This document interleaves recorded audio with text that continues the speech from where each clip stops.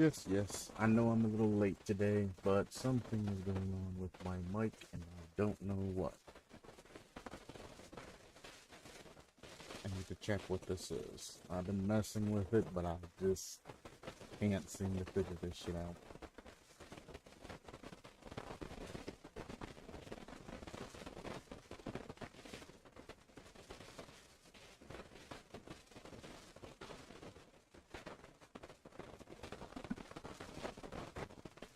Why is this just static, just randomly being picked up?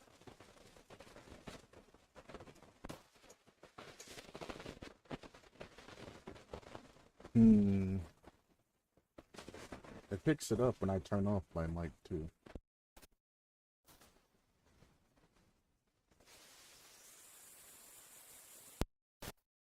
Whatever this staticky sound is, I don't know how to fix it.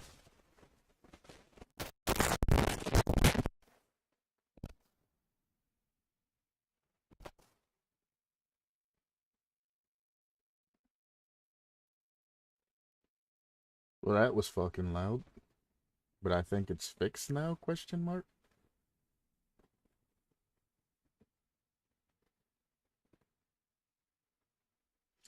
Oh, I think I know what caused it. I was playing VR and accidentally moved my modem, my tower. I wonder if that caused my headphones that are plugged into the tap to come loose or some shit. Wonder if that caused my headphones that are plugged into the tap to come loose or some shit. Wonder if that I don't hear the static. It's still being picked up because I can see it.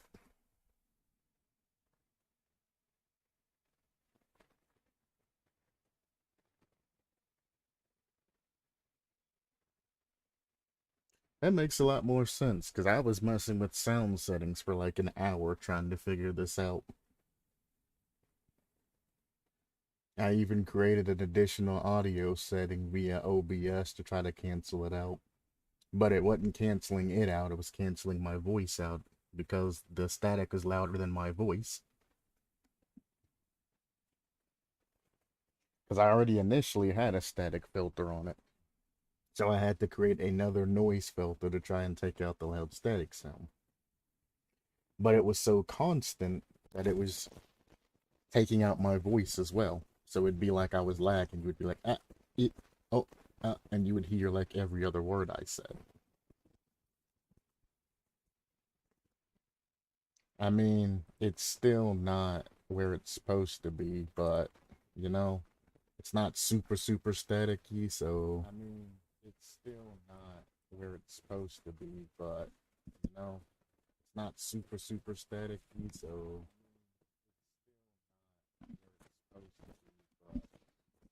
And now I can't hear out of the left side of my goddamn headphones. Ah. Sound warning. Sound warning. Turn your sound down.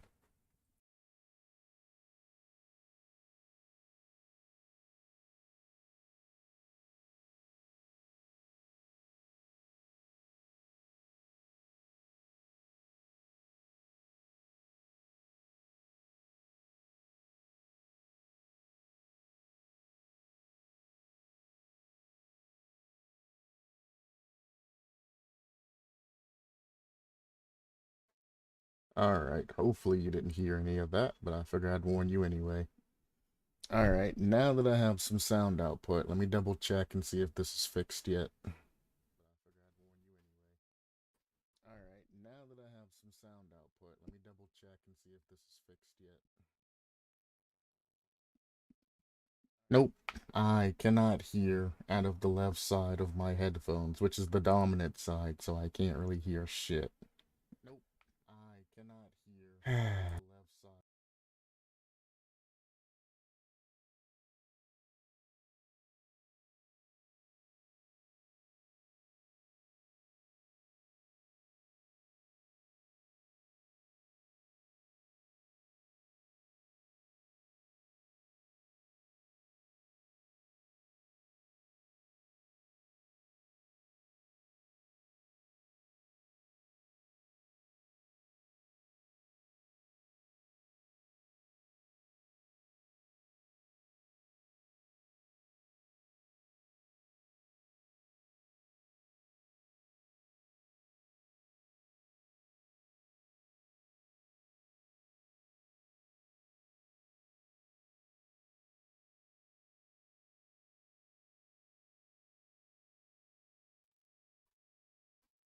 Alright. It's not picking up any more static. I think I might have fixed it. This is a lot easier than trying to fucking design a filter around that shit. Anyway, back to the Dead by Daylight creations. Somebody please holler at me if the static or any type of other sound discrepancies happen.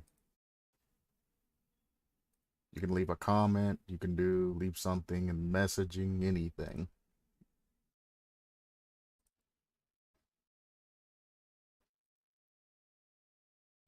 Alright. But I figure I would show you the ass end of that and what I've been working on for the last hour. To show why I am, well, a small portion of why I'm late. The other half was I cooked food. But anyway, for today's Dead by Daylight reviews, we have a chapter concept, Ancient Reckoning, was added to the game. Guess idea is done, question mark. Made by a mod? Posted by a mod? I don't know.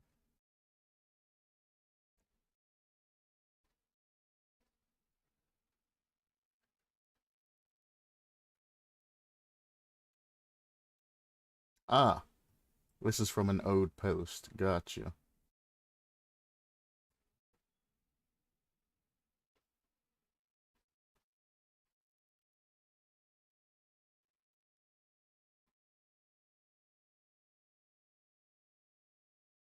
Gotcha. Yeah, I've already went over this post. I don't know why they reposted everything. And then the funny thing about it is they're trying to take credit for it, which is kind of interesting. I mean, obviously this was posted November of 2018 and was brought back by Aetherbytes, who commented on it on the 22nd. But no, this guy was not the inspiration for the new killer by any means. The locker teleport thing is completely different. But perhaps they pulled an idea from your thing and then rolled with it. That could be a possibility, but I doubt it. This was back in 2018. We're now in 2022. So I doubt anybody would go back that far to pull something. The community itself has been talking about locker teleporting and things like this for quite some time. As I stated before, it's kind of like a meme killer. It's literally all the ideas of people in the forum have been yapping about and harping about, all slammed into one meme killer. A kind of, I guess, a communicate or a community appreciation type thing. Which is probably why I'm disappointed with that particular killer in multiple aspects. Is because all the reviews and all of that I've done, they've essentially just said, "Ha, fuck you. We're gonna implement it anyway." Now, I know it's kind of a throwback to the community, but it's also like, bruh, come on, man. But it is what it is. If the community likes it, you'll see him ran by everybody everywhere. If the community don't like it, or if it's subpar or mediocre, then it's going to be thrown in the back with all the other unused killers. We did get a new small map out of it, though, so I guess that's that. For better or for worse. Anyway, ILEECHIPS is back with a chapter idea called Cult of Poems. I do like me some poetry. In this chapter comes a new survivor, Dove Harper, and a new killer, the Restrict. We're going to go with survivor first, name Dove Harper. Gender female, relation with a restrict lover. Occupation cultist apprentice. Interesting. Dove Harper, after chanting with words of blood and energy, Dove knows how to survive situation and use injuries as an advantage with 3 perks. Every rose deal with blood and severe sense. Perks of Dove Harper. A life without art is no life at all. Indeed, that is quite correct. A life without art is no life at all. Despite people saying bad things about artists and things like that, you have to understand that modern art isn't painting on canvases and things like that.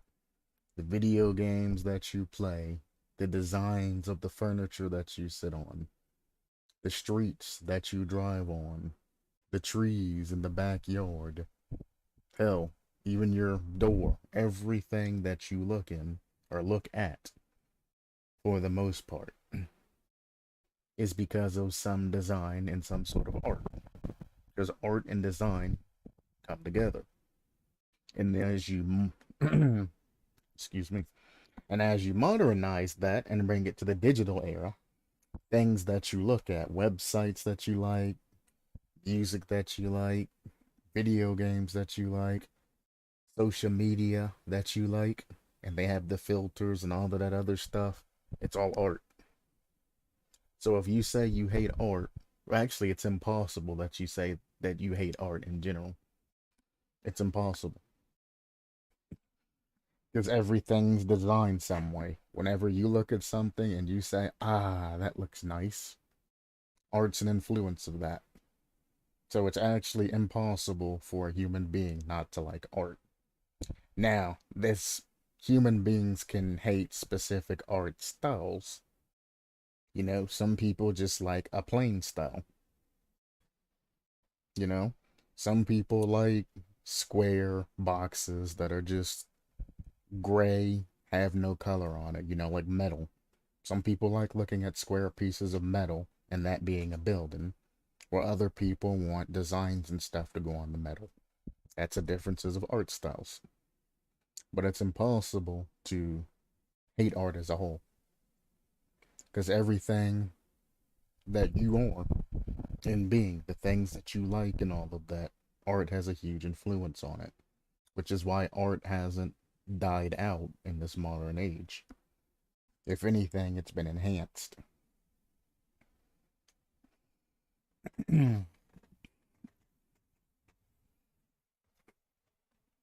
And life without art is no life at all. I like that saying.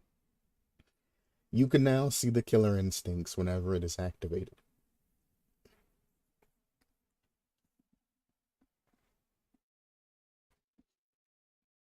You can now see the killer instincts whenever it is activated.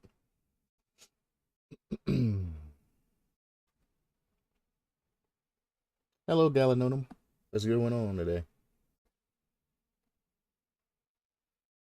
I don't know how useful that is specifically on killer instincts.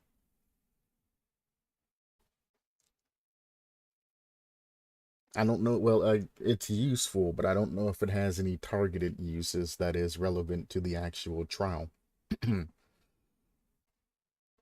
I'm in the middle of writing a concept.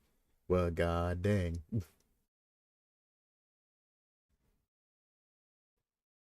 This is one by Lil Chip.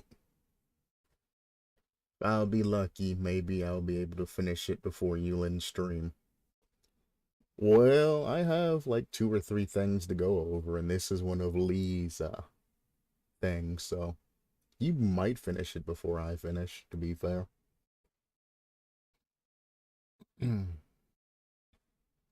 Right now, I'm trying to think of the usables of this passive. I mean, it's a good passive, don't get me wrong, being able to see the killer instinct whenever it's activated.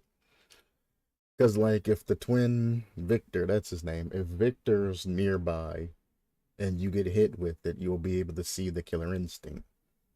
If you reveal Ghostface and situations like that, it's kind of redundant, but if somebody else reveals Ghostface, you can see where they are.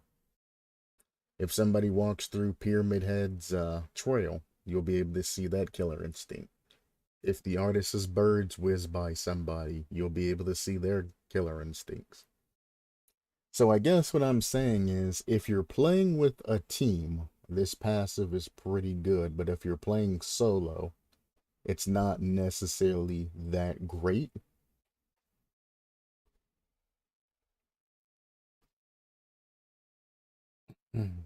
But let's move on. But upon you being injured, every rose activates. Highlight all survivors that are within 20 meters for 6 seconds. Teammates heal you 30% faster for 60 seconds if they were revealed to you.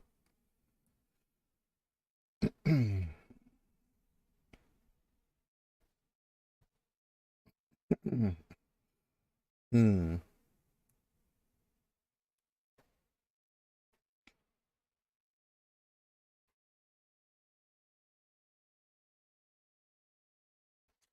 I can't really think of anything to enhance this without copycatting another perk.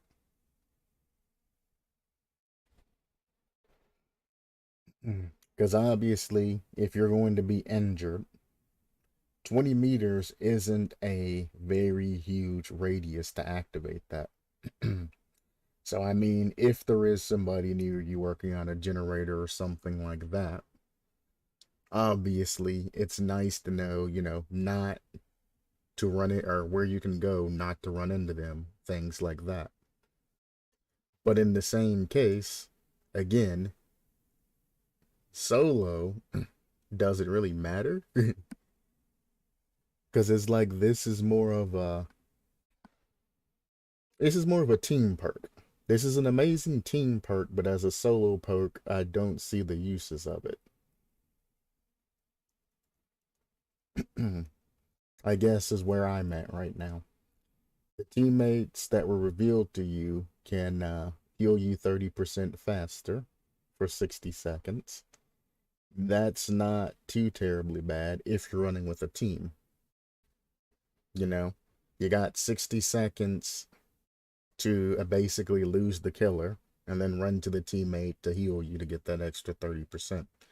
It's not anything major to where you should definitely seek out that specific teammate. But I mean, if you're in the area, then you can stop by and say, hey, heal me. But honestly, after you get hit that initial time, unless you are a professional looper or things like that, I'm thinking of like, the average player, they're probably going to be down before that 60 seconds happens.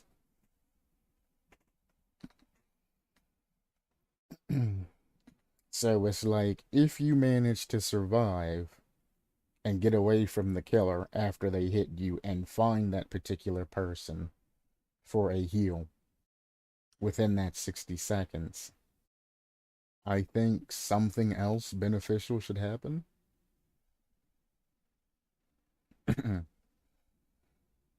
I assume that the passive, you can now see the killer instincts whenever it is activated. Whenever it is activated, I assume that that's a passive that stays on the entire time? Or is that, only after every rose activates? Since it was listed before, I assume it's something that stays on at all times, which makes it a passive, because ordering makes it seems like you get that passive no matter what part of the trial happens, and then after you get hit, the perk activates and everything else happens. So that's how I'm going to go about that. But solo wise, I don't see this perk really having any type of power, which I mean is fine. It's a team perk. But when you're part of a team and you can communicate and things like that and say, hey man, you just got hit by killer instinct, what are you doing? you know, or you can use the locations of all of that without really having to communicate to each other where this, that, and another is, you know. It's just another effective tool for communication. The only thing that I would change is I would highlight survivors in a further radius, because 20 is quite small, especially when you're in a chase. So unless you're specifically running in or running by another survivor on a generator, you generally aren't going to get that secondary activation. Especially if you're in a team and you're running and all of that. You can communicate, hey, I'm over here, don't come this way. So you would like to, when injured, highlight all survivors for like 4 seconds, sort of like a barbecue and chili activation. You can see the location of all survivors for that small time or that small chance. And then having the 30% heal off of that would be fine, because you're nerfing the heal bonuses that you could potentially see for aura reading. But leaving it at 20 meters and then 30% faster for 60 seconds is it's kind of low in my opinion. And I'm usually one that says, hey, nerf that, nerf that, nerf that. But I think this can actually be buffed. So the only advice or suggestions, I didn't say advice, a suggestion I would say is increase the healing to like 50% faster. Like Boon, whatever, Circle of Healing and all of that. Or on the opposite side of things, makes it to where you can see all survivors' locations for X amount of time. And you can do more than 4 seconds. I mean, generally, the killer only has about 4 seconds via barbecue and chili, or unless, you know, it's a scorch hook or something like that. But, I mean, it's your perk, you do you. But, I mean, it's fine how it is. You know, it is what it is. It's not super good, it's not super bad. It's a perk. So that's what you're looking for is balance.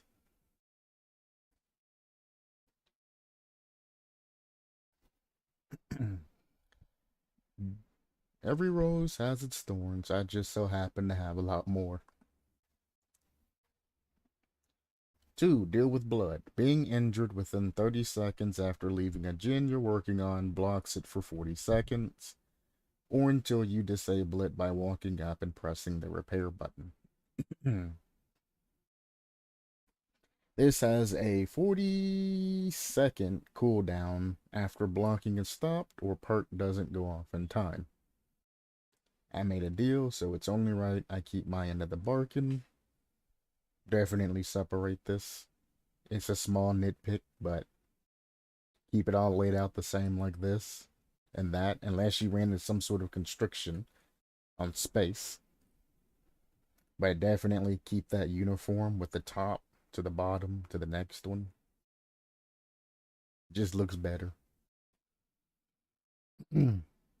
Now, this particular perk, I do have an issue with. One, it has multiple strong uses. And two, I mean, the way it's kind of designed is kind of killer's not going to be able to do anything about this. So 3 gen situations, things like that can easily be overcome. Plus, what do you do when it's a gank squad and you have 4 people working on 4 generators that they can all block off and keep the killer from doing anything about? Or 4 killers, 4 survivors working on 4 generators. Killer comes up, hits them. You can't do anything about that particular generator. So when they leave, Ruin's not going to take any effect on that generator. And they can't kick the generator to decrease it or anything like that. So Gen Rushers would love this damn perk because they're never going to lose any type of value. So any killer running Ruin or Pop or any of that, meta perk wise, those perks are useless and have no value. And there are a lot of gen blocking perks, like a lot of gin blocking perks and abilities and things like that to try and slow survivors from doing gens. Not gin blocking, gin slowing perks. Or survivor slowing perks in that regard. Just an inverse, but same effect. Also, you get 30 seconds after leaving a gen. Even Fearmonger doesn't last for 30 seconds. That's kind of absurd. You can literally work on a gen and wait to the last second, and if you do have Fearmonger or something like that on you, and you get hit, you can just go about doing your own business and all of that, and you don't really have to worry about it. Even if you go down, as long as you're sticking to the gens to like the last second before they hit you, that time is saved. I don't believe that time could be saved because taking care of gens and being able to regress gens is the only thing fair for the particular killer. So to have a perk like this that allows them to completely stop off or stop generators and all of that, you should definitely have some sort of passive buff to the actual killer themselves. So we're gonna hardcore nerf the killer and being able to basically do anything that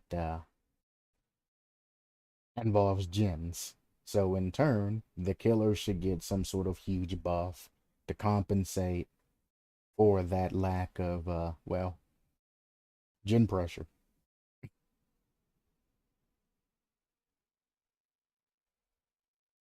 And again, 30 seconds after leaving the gen, there's not even any type of risk associated with it.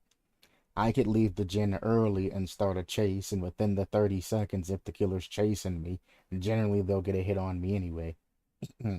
By that time, they're not gonna hit you and then run all the way back to the gen and kick it. You're safe. If they're not immediately heading towards the gen, you're safe. But then on top of that, you can literally walk up and press the button and disable it once it, or, well, a disable and a disable is an enable.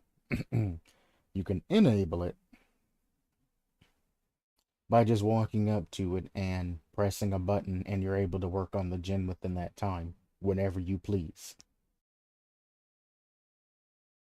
That's kind of an issue in and of itself. So there are three things that I would propose to where you can do a couple of changing up here. One is, like I stated before, giving the killer two specific buffs that go along to make up for the lost time and lost perks, potentially being ran, is one way to do that. Two is, instead of blocking the generator, you can slow interactions on a particular generator. Like, for example, if they have ruin and you get hit within a couple of seconds after leaving a generator because you decided to stick it, something happens to the generator and it will slow down ruin progression. Or if the killer tries to kick it, he'll have to kick it, longer. It'll be a longer kick. Or maybe he'll have to kick it multiple times because it'll be reinforced or something. So multiple kicks, one kick slows it down and makes it, regress at, a very, very slow amount of percentages. Two kicks makes it regress at the normal amount of regression. And obviously, there's going to have to be a slower, like, kick speed or something to signify that, they're actually kicking a reinforced generator. So it could be a difference in sound when they're kicking it. Instead of that dong dong and it could be like a clink clink type sound. And like armor or something falls off and it doesn't spark, so they know they've only kicked one level off. Then they kick it again, then it makes the regular sound. But, reinforcing the generator where it takes like two kicks or a longer kick, and then ruin will be cut down. You can't cut it down, obviously, by half back to regular progression, but instead of a 2-for-1, you can make it a 3-for-1 instead of the regular 4-for-1.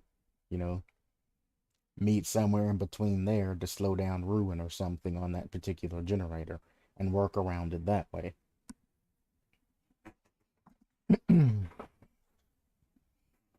And the third and last idea that I've thought about with this particular perk, which I don't think anybody's going to like, is get rid of the disabling of the survivors for one, and just make it, cold case. If you are injured within, let's say, 5 seconds after leaving the generator's blocked for a flat 60 seconds. Everybody knows block generators will not regress. However, block generators cannot be interacted with by killer and or survivor. So make it when this perk activates, make it 60 seconds, nobody can do anything to it. What this will do is it'll prevent the survivor from going back and working on this generator, giving the killer peace of mind, but it also stops the killer from using that generator to power up itself. Now, what you would need to do on top of that is set a hard limit for this perk to activate. You'll want to make it activate at like 80%, which means that within the last 16 seconds of the generator being done is when this particular perk activates. So if you were 80% done and the killer hits you, it gets blocked for a straight minute, nothing can happen or interact with it.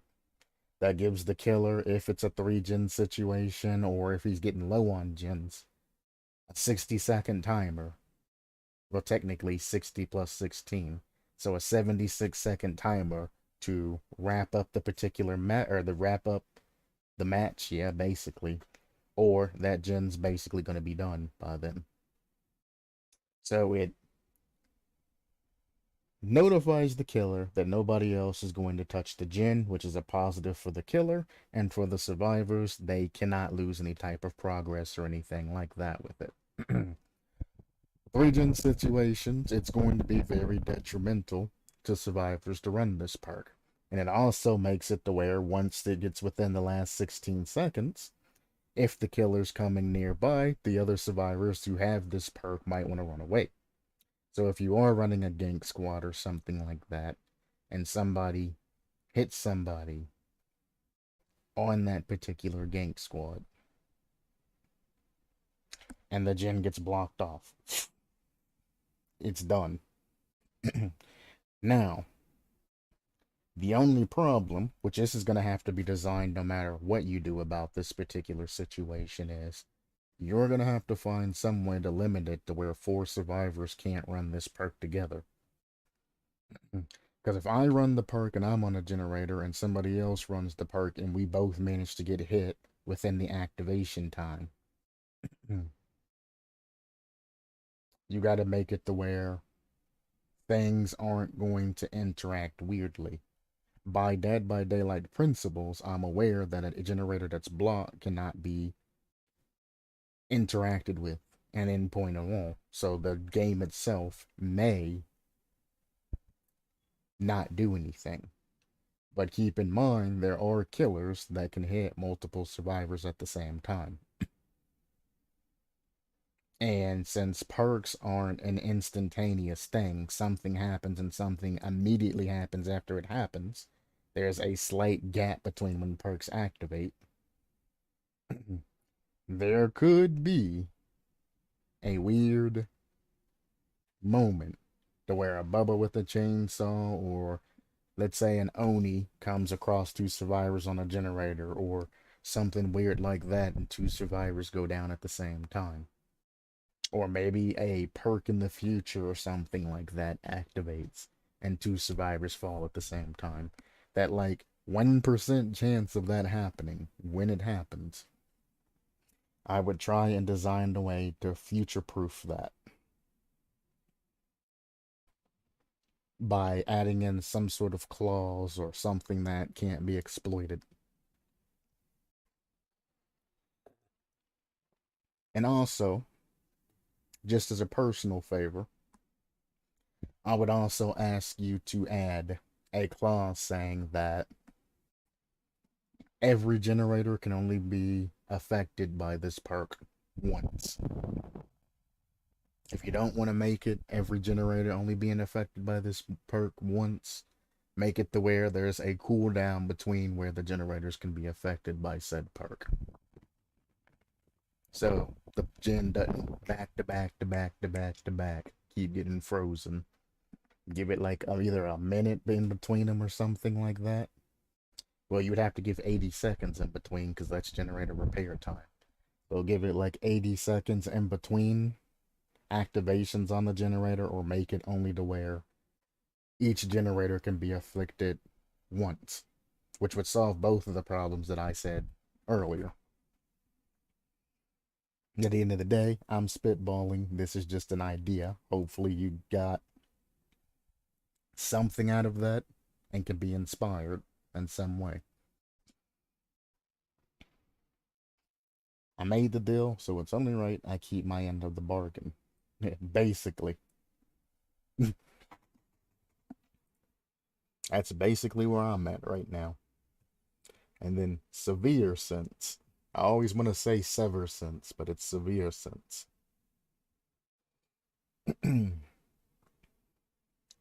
Exhaust perks are 20% less effective.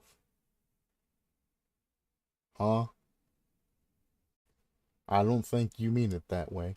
Upon getting hit by a basic attack, reduce cooldown of perks by 12 seconds.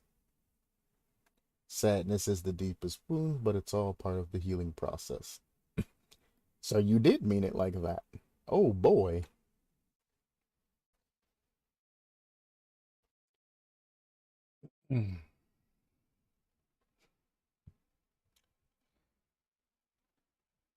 So,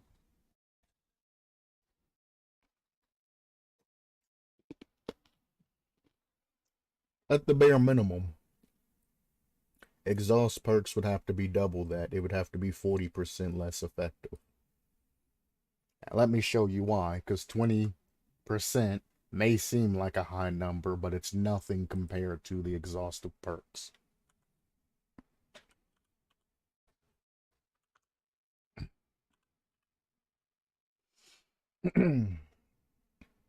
Adrenaline, for example, allows you to run at 150% your speed, because I mean, you're instantly going to heal the health state. There's nothing you can do to an actual instantaneous effect. So we go with the running speed on this.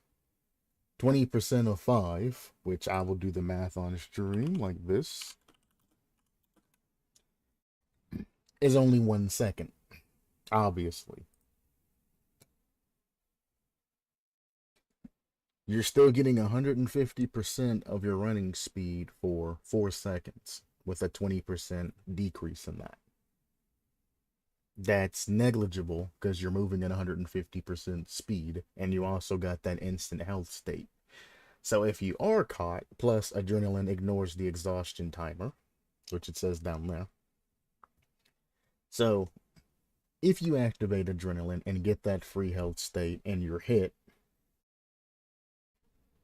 you're going to get that extra run on top of that and be able to escape the killer or go wherever you need to go. Adrenaline is the ultimate perk to run if you're a looper. You run adrenaline, it kicks in, you head towards the exit gate. If you're hit, you use that boost of speed and then you escape. A second less, I mean, might make a difference, but generally isn't for a looper who knows loops and things like that, because they're not going to do anything stupid to die. Cool. Balance landing. 20% of 3 seconds. 20% of 3 is equal to 0.6 seconds. And that number is going to come in handy. 0.6 seconds. On balance landing, you're losing 0.6 seconds off the top of that. So by the time you land and get that running sprint boost, you're still running 2.4 seconds. Do you know how quick 0.6 seconds go by. It's negligible. It's not something that you're going to notice being or playing the game and all of that. It's going to seem normal to you.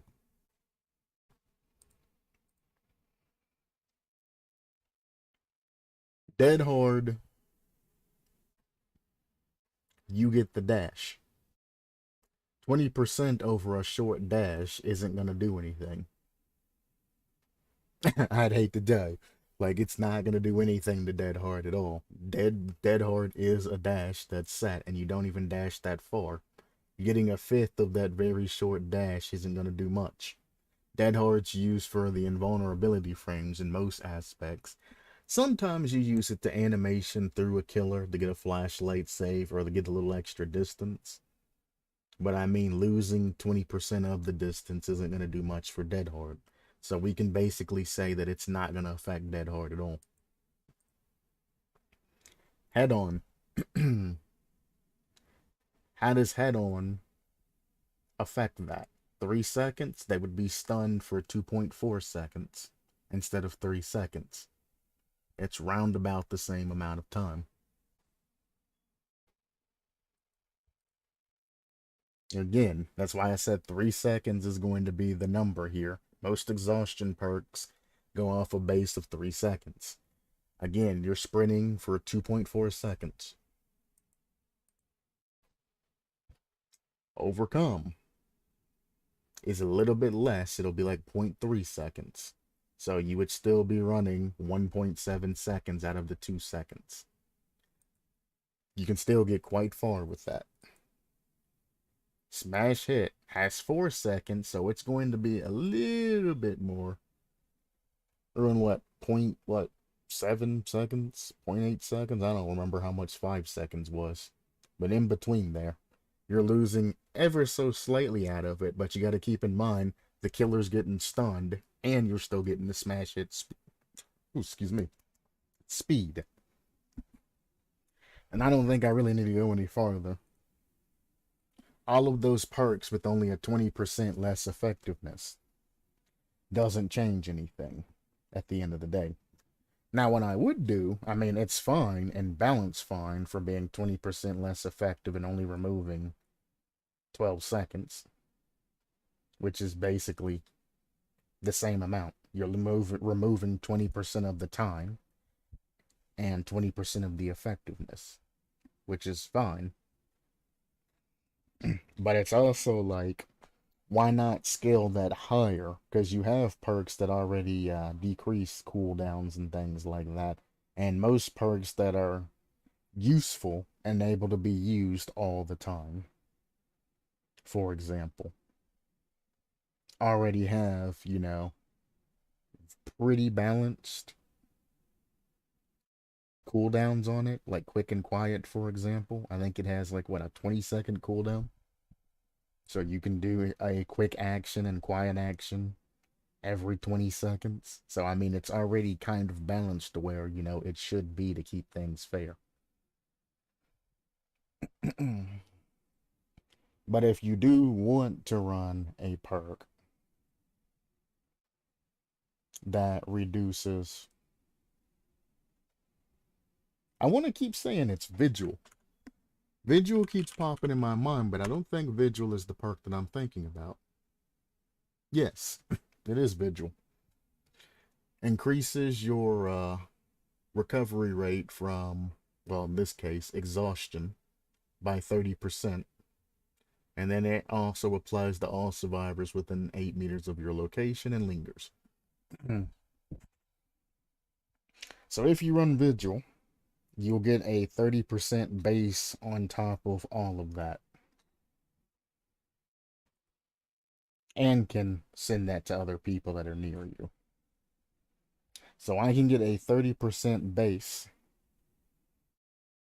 reduction on all of my status effects.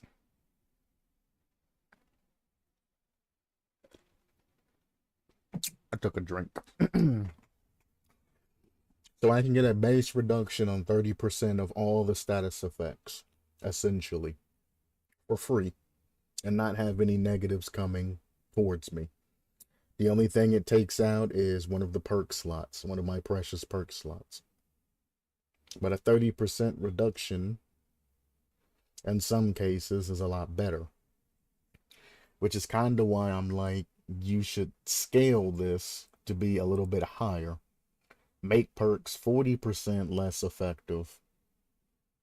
And then when you get hit, just take off, a decent amount of seconds to make it worthwhile to take that hit to try and, get your dead heart back or something like that. The only differences in between the two is essentially Vigil makes you wait. It just decreases the amount of time of waiting, while this, every time you get hit by a basic attack, you get a large amount. And I know what you might be thinking, that increasing the power of this, it can stack with Vigil and all of that other stuff. But keep in mind that most average killers don't ever basic attack. It's always a lunge attack to catch you doing something, or they use their power attack. Think about how often a basic attack is actually used. I mean, obviously, the higher rank you are, you use a hell of a lot more basics, but I'm thinking about the general population. Tournament play, they use a lot more basic attacks. The streamers that stream the shit every day, you can see that they use a lot more basic attacks. But the basic population lunge the hell out of every fucking thing. You can be standing 2 feet from them, they'll lunge at you to get that hit instead of using a basic. Some of them don't even know that there's a difference between basic and lunge attacks. They just hold the button down like they're playing Call of Duty shooting, and every attack is a lunge attack. So keeping it to just you're getting hit by a basic attack, I believe is more than enough of an activation to push that up more. And if somebody wants to try and stack that with Vigil, keep in mind that they're giving up a health state. If you're giving up a healthy state to get your dead heart recharged faster, what are you doing? Why not use that healthy state to your advantage? This will also save you when it comes down to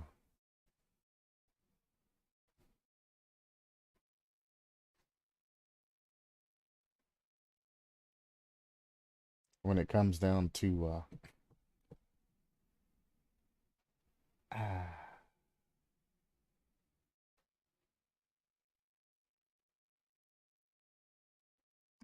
damn it.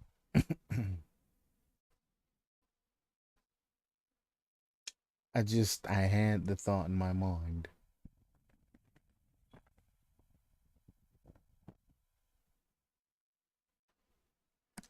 Dude, it just all went out of my brain. I literally had a huge cohesive thought in my mind that I wanted to say, and I literally just forgot. I think I have Alzheimer's. Now, before I get an angry comment saying, well, Vigil does status effects and this does cooldown of perks, how can you compare them though? Because it's essentially the same because it affects exhaustive perks. I'm thinking about the exhaustion of the exhaustive perks. Exhaustive perks, if you lower the exhaustive status or the exhaustion status effect, you get the perks back faster. These perks can only be used when you're not exhausting or exhausted. So before I get an angry comment saying I understand that this reduces just the cooldown of perks when it gets hit. I understand that. But the fact that the beginning is what I'm talking about is exhaustion perks are 20% less effective. Exhaustion perks leave you exhausted. And if you can decrease the exhaustion status effect to go by quicker, then you can use a myriad of different types of perks, cooldowns, even the same perks if you can decrease it to right about that. So let me backpedal a little bit before I already know I'm going to get a comment saying that or a message or something. You got your status effects and your cooldowns mixed up. I did not.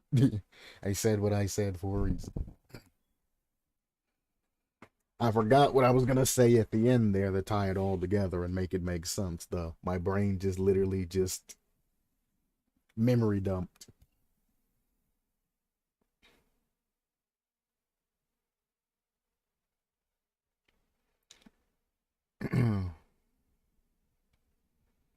But essentially, you want to decrease what most exhaustive perks being less effective, meaning how long they run. You want to decrease the amount of time that they run. But in turn, decrease the cooldown that they're able to use again. And you don't want this number to be even. You want the cooldown reduction to be higher than the less effectiveness. Because if you keep them even, for example, and do a 20%, which is roundabouts 12 seconds from an exhaustive status effect that takes 60 seconds, for example, and it comes out equal, it's like, why have the perk in the first place? You know, I'm not getting any benefits from it. I'm losing 20% effectiveness, but I'm also losing 20% of the cooldown. Why not keep the full effectiveness and just keep the same cooldown? You know what I'm saying? I mean, it's good for dead hard, which you really can't affect much, but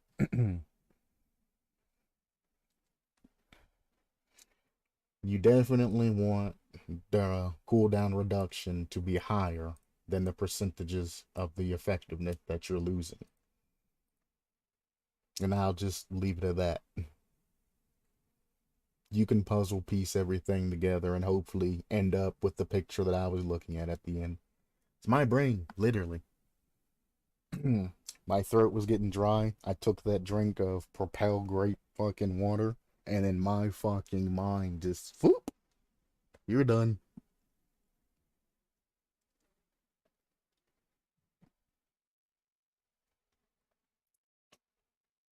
I don't even remember what I was talking about. That's how effective that swig was. I don't even remember what the hell I was saying about this. I'd have to go back and listen to myself in the recording. I don't even remember. I don't remember any of this. Holy shit.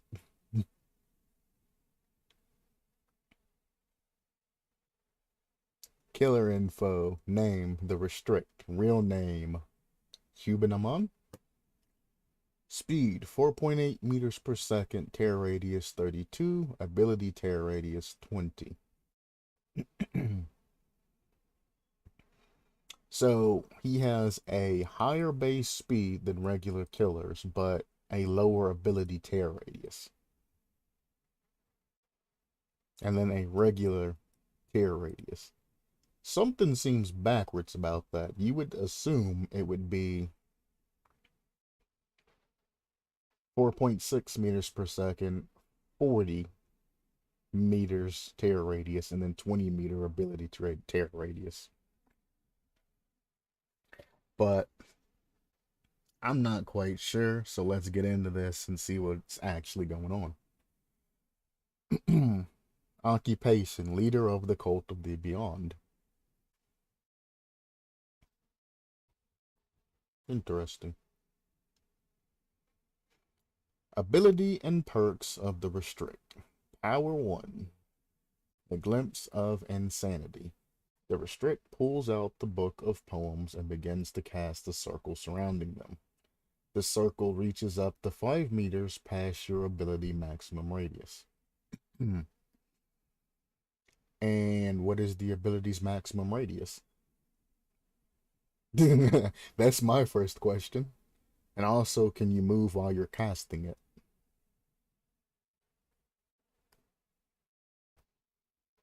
So this is kind of a very unique clause to where if you just put parentheses, whatever radius it is, and parentheses at the end, I would rather see that now as opposed to later on.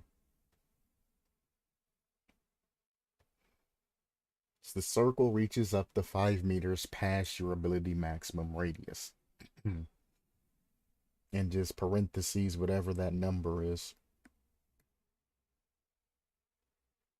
So my two questions that I'm going to be looking for on this particular thing is, can he move while he's casting? And what is the actual maximum radius of everything for that?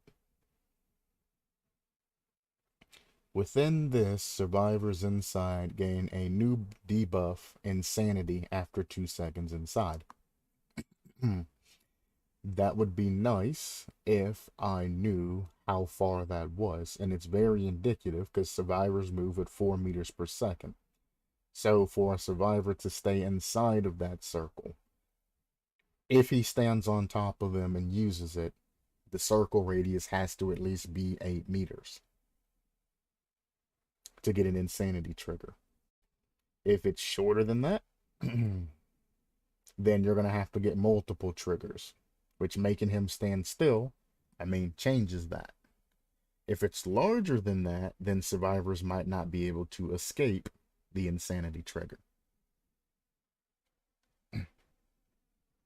So it's kind of like knowing that information earlier would help me with the future.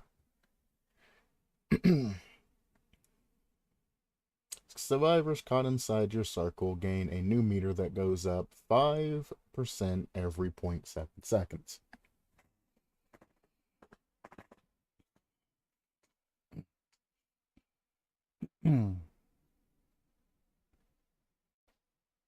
So they gain the meter after 2 seconds inside. I assume that's a cumulative that doesn't decrease when outside of it. And once they're in there for 2 seconds, a new circle begins to fill that goes up 5% every 0.7 seconds. So we would take 0.7 times 10 to get 7 seconds, then times it by 2. So 14 seconds is how long it would take for the meter to fill up. Why? Because 5 times 20 equals 100. So you need 20 times the amount of 0.7. I just did, instead of 20%, I did a measly 10 times multiplication and times it by 2 to get 14 seconds. Very simple. You can do 0.7 times 20 and you'll get 14, but I prefer to do it the short math ways by timesing it by 10 to give 7, then timesing it by 2 to get the same effect of 14 seconds. It's quicker. Anyway, which I guess I can do 0.7 times 20 is equal to 14. So there you go. This effect does go through walls, and the circle can be refired anytime you want. It will disappear if not held. Okay. So, you have to hold the button down while this happens, and it disappears if it's not held. So if it's a held ability, now I want to know, an additive to that question is, how long does it take you to fire said ability? And when you let go of the ability, how long does it take before, you go back into your regular animation? So if you are slowed down, how long do you get your speed back? How long is the activation and deactivation of it? Making your circle reduces your movement speed by 8% when casting, but will grant no more speed once circle is fully formed. It takes 6 seconds to full form a circle.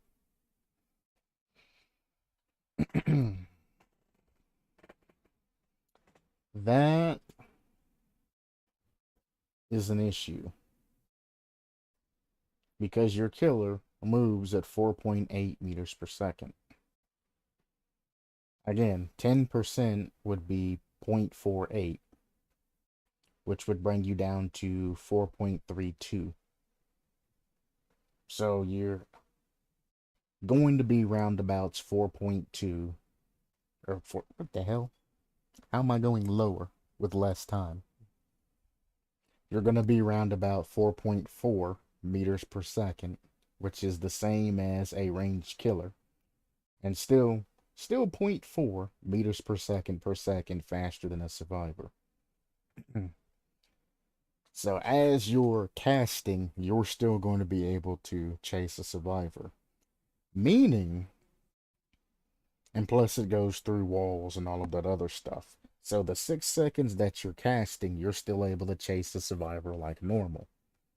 And if you catch that survivor, you can literally just hold your circle out and walk around the map like that. I mean, from the start of the match, once you find the survivor, you just hold your circle out and you continuously chase them until they get up in madness. Again, I don't know what the radius of this circle is. If the radius is enough to cover that small 0.2 meters per second that you're missing, then the survivor is literally going to be inside of that circle the entire time. Like, imagine any of the loops or anything like that. If a survivor tries to run a loop, but the guy's sitting there chasing them actively with his book out, there's nothing that they can do in that situation to avoid the killer.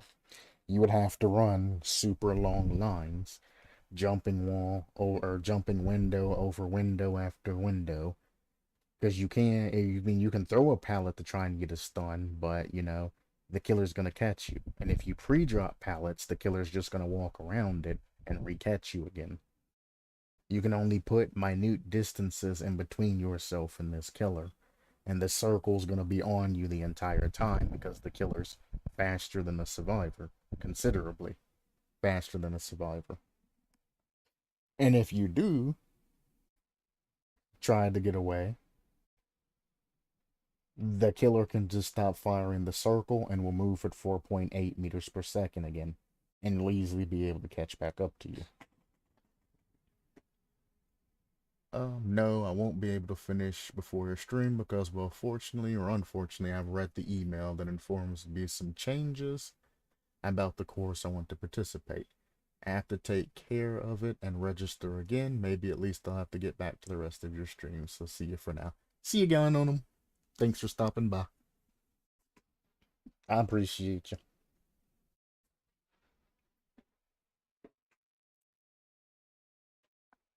And hopefully everything will get fixed.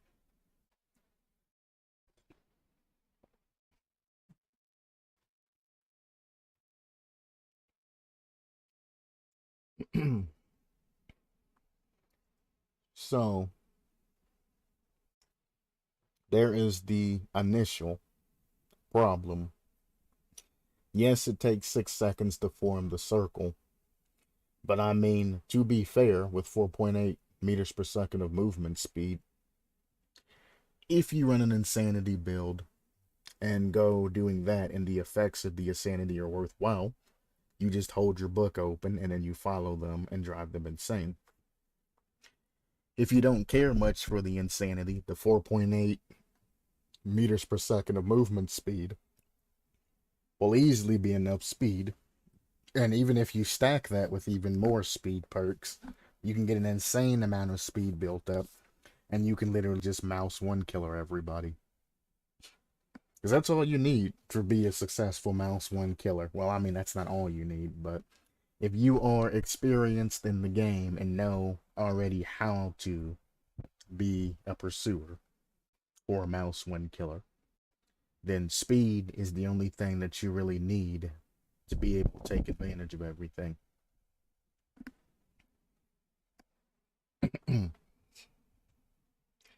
But, like I said, I read everything from top to bottom and then form an opinion based off of what I read.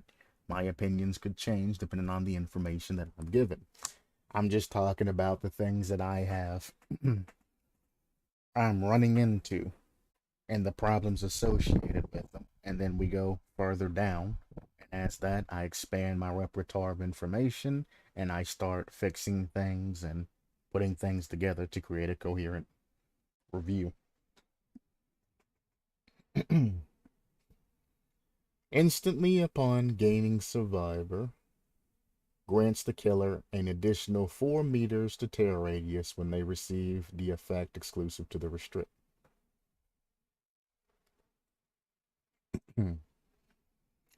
So as soon as anybody gets insane, the killer gets 4 meters to their actual tear radius. Now that could mean two things. The 4 meters could go to the regular tear radius and make it 36. 4 meters can go to the ability tear radius, making it 24. Or I could go to both and making that 36 and 24. And the second question I want to know is this per survivor? Or is this just a one-time thing for the first person getting the insanity? Like a Michael Myers going to tier 2 from tier 1. Is it the first person, or is it a 4-meter increase per survivor insane? Because if it's for that, when it becomes down to the abilities and all of that, having all 4 survivors insane would make this 36 meters per second. It would make this 48 meters per second.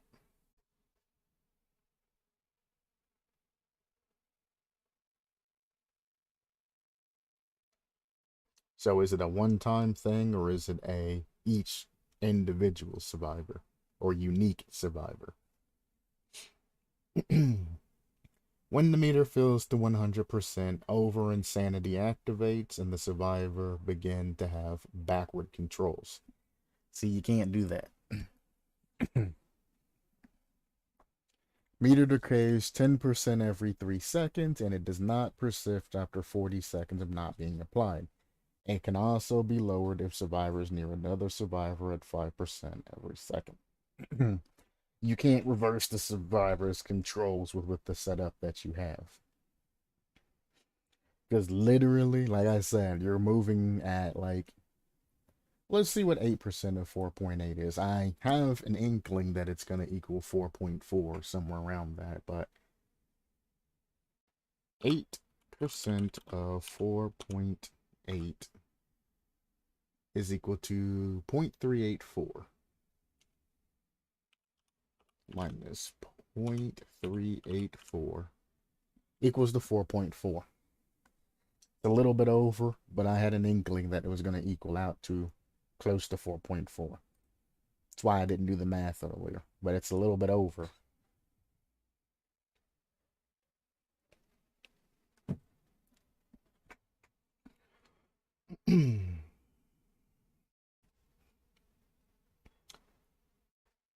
So once you get 100% insanity, which I said was 16 seconds or something like that. Not 14 seconds. 14 seconds, which could increase to 16 seconds because behavior loves the fucking number 16. To be fair with you, they really like using the number 16. So even if you don't change it, behavior will probably end up changing it to 16 seconds. That has to be one of the devs' favorite number because they've based everything in this goddamn game off of the value of 16. It's crazy. Anyway.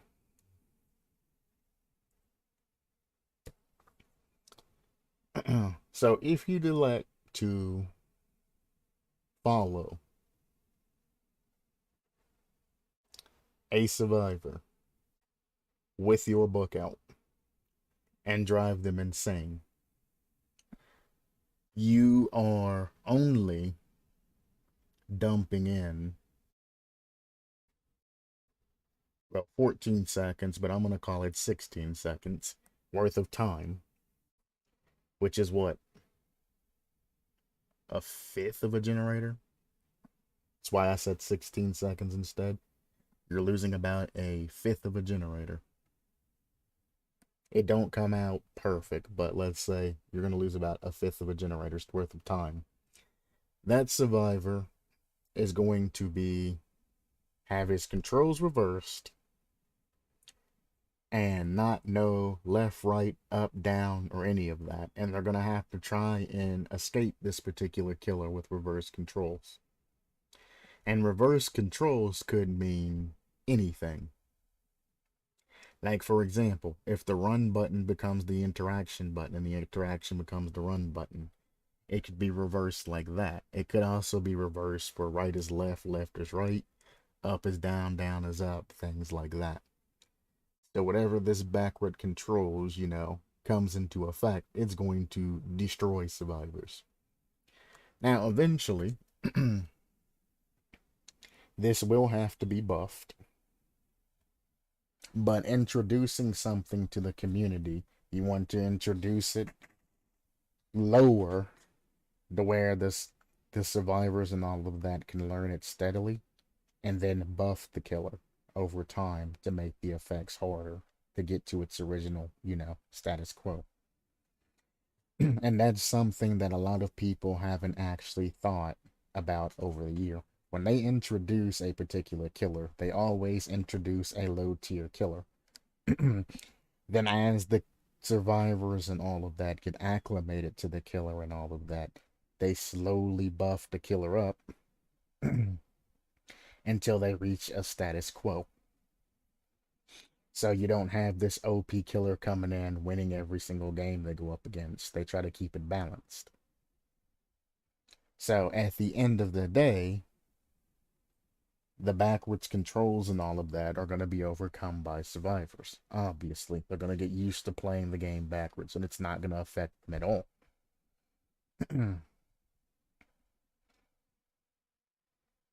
So by that time, the killer's going to have to be buffed and brought back up to status quo to where the killer can still be used efficiently. The meter decaying 10 seconds for every 3 seconds means that it's going to take 30 seconds to decay after you are at 100%, or 40 seconds. It'll go away if you're not following them, constantly putting it on them. Which in this case, you're going to be following them, putting it on them constantly, because you're still going to be moving at 4.4 meters per second, which is still faster than the survivors. Now,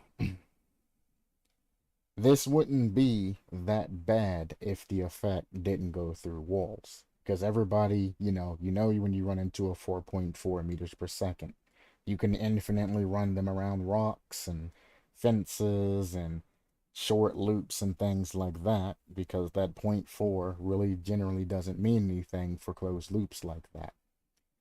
But if you do something like that with somebody who's holding a radius out that goes through walls, you can't run short loops and do all the, tricks and things that you would normally do to a 4.4.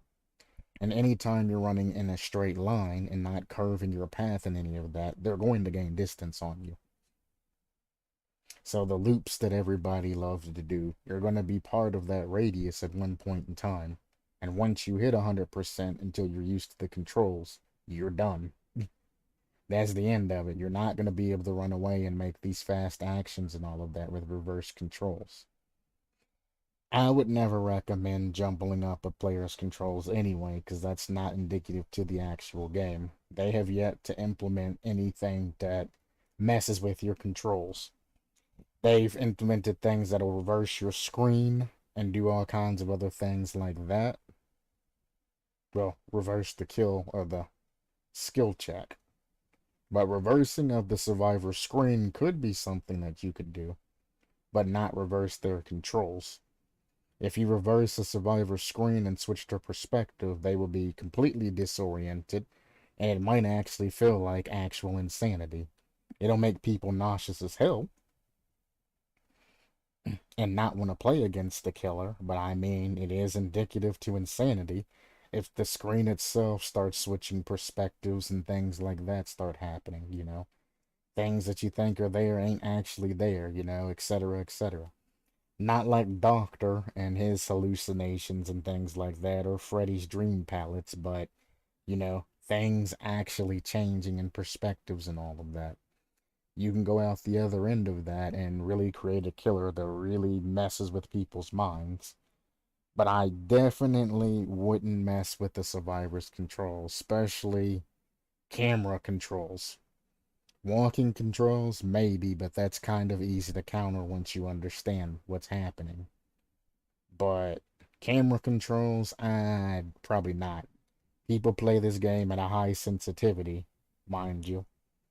So, them trying to look one particular direction or do something and their camera goes spinning off in another direction, you are going to get a very, very angry player. You're going to induce a lot of panic, but they are going to inevitably be angry with them not being able to use their camera and all of that properly when, it matters. If you're being chased by the killer and things like that, you got backwards controls and you can't control your camera to see what's going on properly. That tends to make people very, very, very upset. Now, if that's what you're going for, by all means, but I don't think it's very indicative to the game and that the devs would ever implement anything something like that.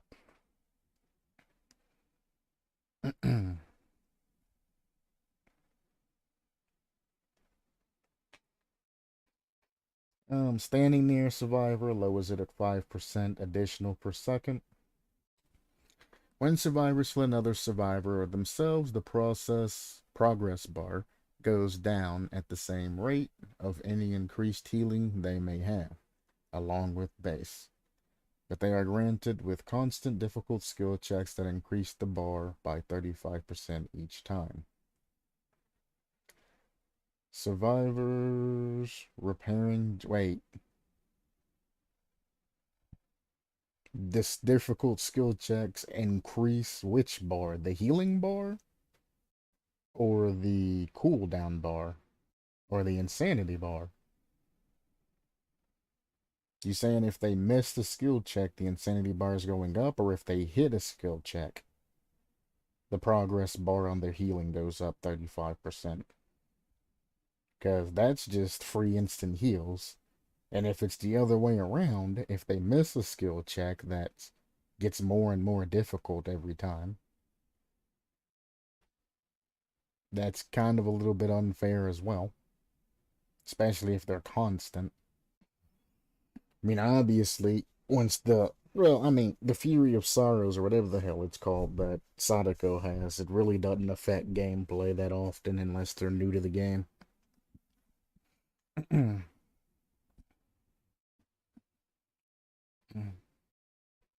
But I'll come back to that later. Survivors repairing gens will scream occasionally whenever they are working with someone, seeing the illusion of the killer instead of a survivor. Well, now you just have a doctor. But I don't think the doctor makes you scream when you're actually in an activate or actually working on a generator or anything like that. And I think they designed it like that for a reason. Because it would be annoying to get a skill check or some shit and then scream and then automatically miss that skill check because of the scream timer. Survivors will see visions of fake survivors trying to lead them towards killer. That's not going to work out too well. But I understand what you're trying to do. But that's not going to work out as well as you think it's going to. I mean, the AI, well, not behaviors AI. I mean, there are the Terminator AIs and things like that that have been implemented that ain't bad, but you know how hard it is to actually mimic a survivor or a human player? Because if somebody walks over to you and all of that, and the survivor's running and then doing the follow me thing, and then running a little bit and doing the follow me thing, that's going to be indicative to the AI. So unless you want to design like 150 different patterns and all of that to get a survivor to follow you towards the killer, then it's going to be a very hard thing to implement. It's going to be the same as seeing the doctor's hallucinations. You know it's the doctor's hallucinations when you see them because there's no movement. It's very obvious. He just pops in and you're like, oh, hey, Dr. Hallucination, how you doing? He's not moving towards you. He's not trying to swing at you. He's not trying to do anything. It's just a stationary action. Having visions of a survivor, walking a little bit and then waving at you, and walking a little bit and waving at you to follow and all of that ain't gonna do much. Because, I mean, human beings just have that natural means of communication. You can't copy that. Even if you, like, put in, like, teabagging or something like that in between there, nobody's going to willingly follow you if you're on a generator or doing something important and they're over there teabagging and telling you to follow and all of that other stuff. You're going to be like, well, you're obviously fake or you're dumb. Get on the generator.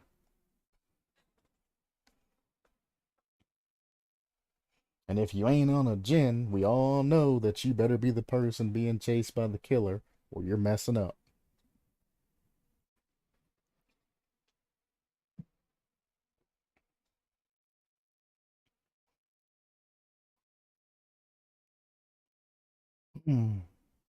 Now, what would be nice, though, instead of leading them to the killer, implementing some sort of, I know it's not indicative to your killer, but this is me spitballing, implementing some sort of spectral type of trap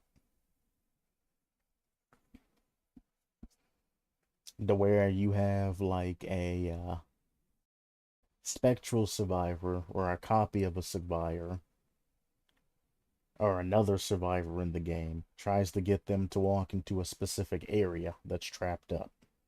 That person, like you say, there's a trap in front of the kill shack door, and that survivor is following you, and there's a gen there. That spectre will be like, "Hey, come with me to this gen over here." The survivor might, follow them, thinking that they're leading them to a gen to help them, but it's actually leading them back to wherever the traps point are put at. Then when they step on that, it'd be more indicative than just, "Hey, follow me to the killer." Because once you hear that tear radius, you're gonna be like, "Nope." I know what you are. Nope. Or something like that, implementing something that's not the killer that has a tear radius associated with it and have it, be its own trap. Or even better, get away from the whole sort of traps and make it a killer lure to where this trap that you put down, any survivors that come near it run into the lure's tear radius or something. It's sort of like a concept that I read before, but instead of it being just scarecrows being put down that have a killer tear radius with it, it'll actually be a lure that, for example, if you put it around a generator, if a survivor goes and works on the generator, there's like a 5 or 10-second activation, and then the lure goes off, takes the shape of the killer, and then walks around the corner towards the survivor and then disappears. And then you can add an add-on in or something like that, that where if the survivor lets go of the generator while the lure's near it, the generator explodes and progresses like 5% or something.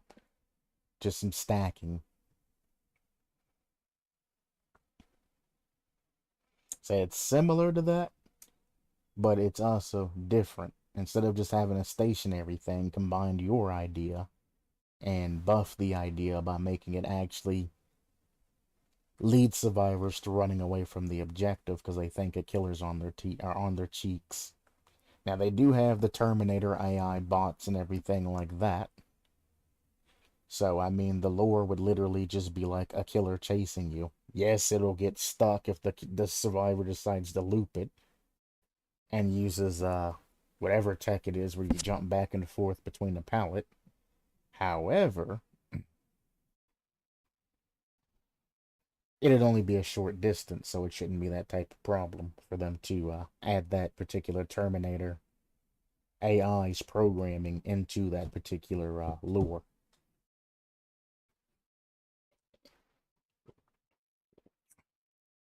Ooh.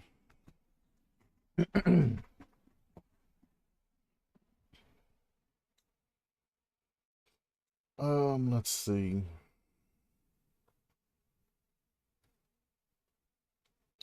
Special ability, Channel Shackles. And I know I'm not finishing coherent thoughts all the way on a particular concept, but Lee, you're a pretty smart guy. You can figure out the fine details. Go back in and do everything. I have faith in you.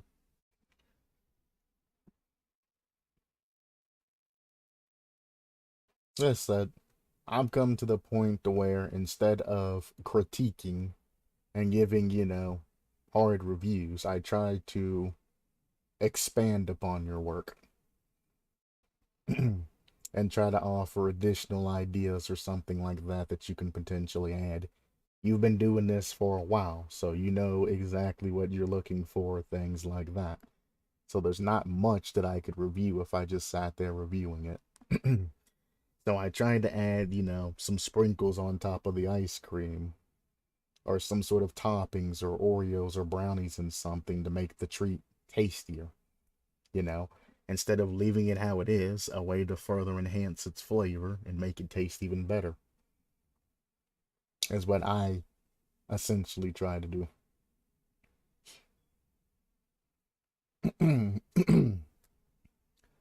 Upon one survivor reaching full insanity meter from Glimpse of Insanity, Channel Shackles becomes available. Upon using, consume all insanity from survivors and enter the void.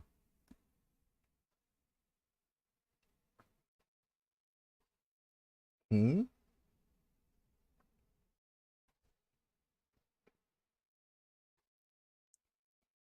So you can technically use Channel Shackles as long as one survivor has a full insanity meter.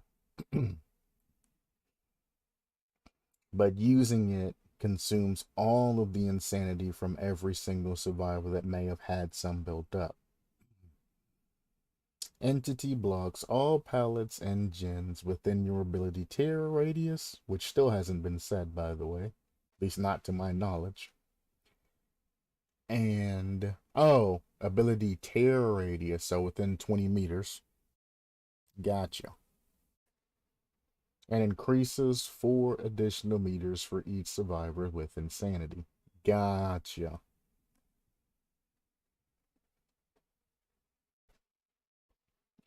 A fake version of the survivor that has insanity spawns in and runs around scaring survivors. Fake survivors can be destroyed by interacting with them or blinding or stun. This special power has a 30-second cooldown. On top of scaring survivors, one thing that I would personally like to see? I would like to see this fake phantom walk up to a generator that a survivor's on and fake blow the generator. Because when you're working at a generator, another survivor comes in and they blow the generator, and everybody, well, some people just straight up run. Other people will stop and they'll point at them and things like that. If they can fake blowing up that generator a couple of times before they move on to another survivor, that would be high tier. Because generally, once your generator blows, you're like, damn, the killer knows where I'm at now, and you have to make the choice to either abort mission or continue to work on it until the killer comes here. So if you have a phantom come up, if they're working on a generator, blow that particular generator 2 or 3 times, and then get up and then leave, like spine chill or something just activated, and then they take off running. Then that might affect other survivors and things like that. That's just personal amusement that I would like to see. It's just a phantom walk up, blow a generator, get a stand up, like teabag a couple of times to apologize, and then walk away or something. And then like walk behind a wall or something, or disappear and transform into the killer and do what I said earlier and have the killer phantom run around the corner and then swing at them and then disappear. That would be hilarious. Survivor walks up, blows generator, teabags, walks away or something like that. Then a couple of, like, 5 seconds later, the killer lure pops in, and then the tear radius, starts going, and the killer lure comes around the corner and swings at a survivor, which then scales, because if that survivor lets go, it's going to blow the generator for real and add an extra 5% reduction on that particular progress of that generator. Would be funny. Fake survivors can be destroyed by interacting with them or blinding or stunning them. Hmm.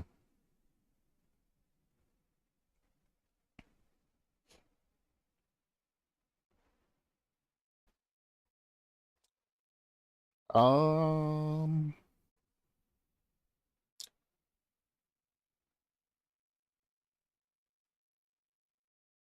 I wouldn't make it to where you can hold R1 on them to make them disappear. Because, I mean, they are hallucinations from the insanity.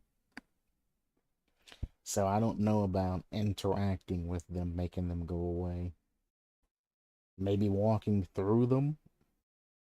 Is that what you mean? Because, I mean, that would be a meta tactic to get away from, or get around the phantoms and all of that, though. Hmm. A way to destroy the fake survivors without people metagaming them. Hmm. I definitely wouldn't leave it to a blind. You can, like, flashlight burn them like the Wraith, which takes time of you holding your flashlight on them for a little bit of time.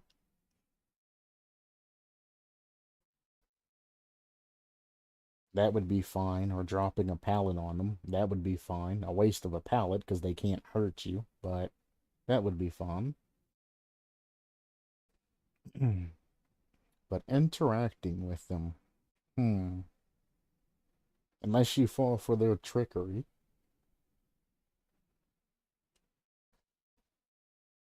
I don't know. Interacting with them's just because, like, if somebody comes and walks over to a generator that you're on, all you have to do is let go of the generator, walk over, and then hold R1 on them, and they disappear. You have like a shoo shoo animation, and then they're gone. So anytime anybody stands near you, you would just do the meta thing of letting go of the generator and pressing R1 on each other. Or when the person's going to the generator, they just do like a 360 or something before they grab the generator, showing that, hey, I'm real. So how do you get the Phantom there and make it meta while also avoiding Survivor meta for checking to see if they're real or not? Everything's good. Hopefully everything is favorable. It was also very quick.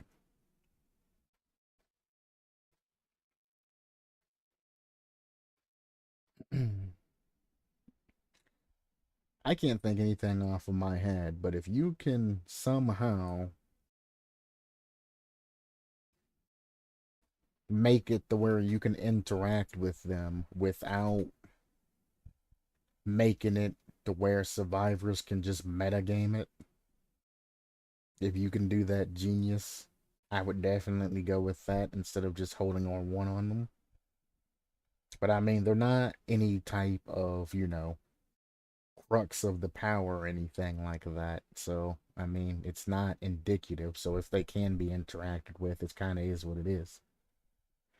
It just, I don't know. It just don't feel right. You use all of the insanity that you've gotten in the game accumulated thus far. The more important thing is blocking all the pallets and gen within the 20-meter radius of where you used your power. But summoning the fake survivors and all of that, it's like in exchange for giving up all of your insanity. I feel like they should be a little bit buffed because it is part of a special ability. And that's the only thing that really bothers me is the interacting with them. and then change the blinding to just a light burn. If they're working on a generator or something like that, I would hate to have to aim at their eyes when I can just light burn them from like 2 to 3 seconds. And that's the end of that, like a hag trap. Burn it for a little bit, or wraith. Burn it anywhere, wherever you can get your flashlight at, and then it disappears.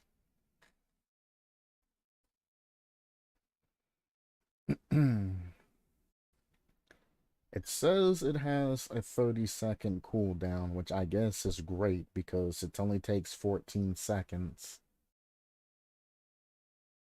Well, 16 seconds. 2 seconds to get the actual insanity bar, and then 14 seconds. That's why you did that, to make 16 seconds. That's good. I like that now that I think about it. So it takes 16 seconds to get full insanity on a survivor, so a 30-second cooldown seems very reasonable. And I know I'm moving every topic here, an open-end kind of discussion. I'm not really closing it with statements. But like I said before, the concept itself is fairly decently written. There's not really much I can review or add to this. There are a couple of things here or there that aren't clarified, 100% and all of that, but, beyond the minor things, the things that any typical person who's writing a creative concept would overlook, I'm not seeing anything completely wrong with it that stops and makes me say, what? Like with this just needs a little bit more clarification on what is increasing as part of the bar, but it's not a bad thing. And anything that I've had any issues with, I've already discussed, so I mean, I feel more than enough able to just move on.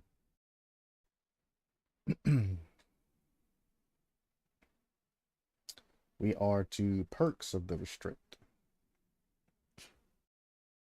Rituals and slaughters. The sacrifices must be made to do so. What you have to do in the eyes of a demon. With 3 perks that makes your life difficult, but makes rewards even better. Electric out, poems of lies, body numbness. I am playing Eratus, Lord of the Dead, right now. So all of this ritual stuff like that kind of hits right now.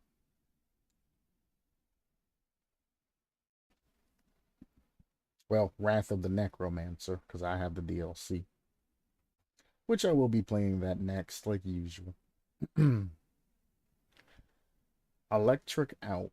The feeling of electricity truly shocks you. I assume Electric out is the name of the perk. And then the rest of that is just a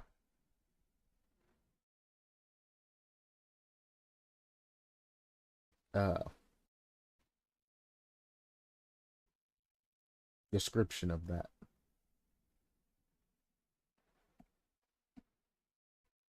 I mean, I could literally just say electric out, poems of lives, and body numbness, but definitely put a dash in between that, and that, just to show the differences of it.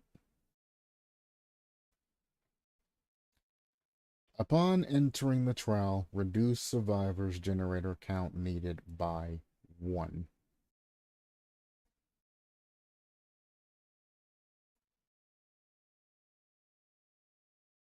Hmm.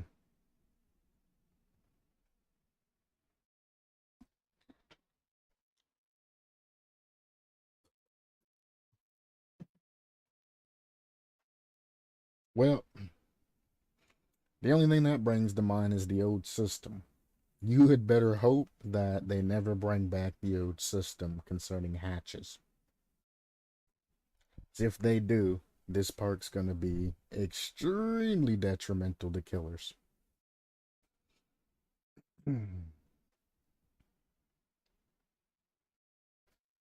But what would reducing, well, I mean, reducing it would be actually be terrible.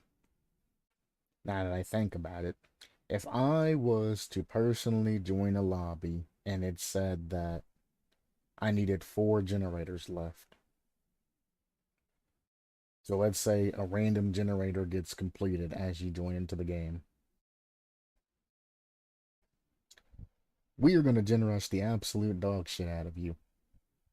Like, hang on, we are going to absolutely, positively generate the stanky legs off of you. Because with that one generator being done, my idea strategy of playing Dead by Daylight is at the start of the game, the person that runs into the killer drops whatever the fuck they need to do, jumps through whatever windows they need to do, or anything to last themselves.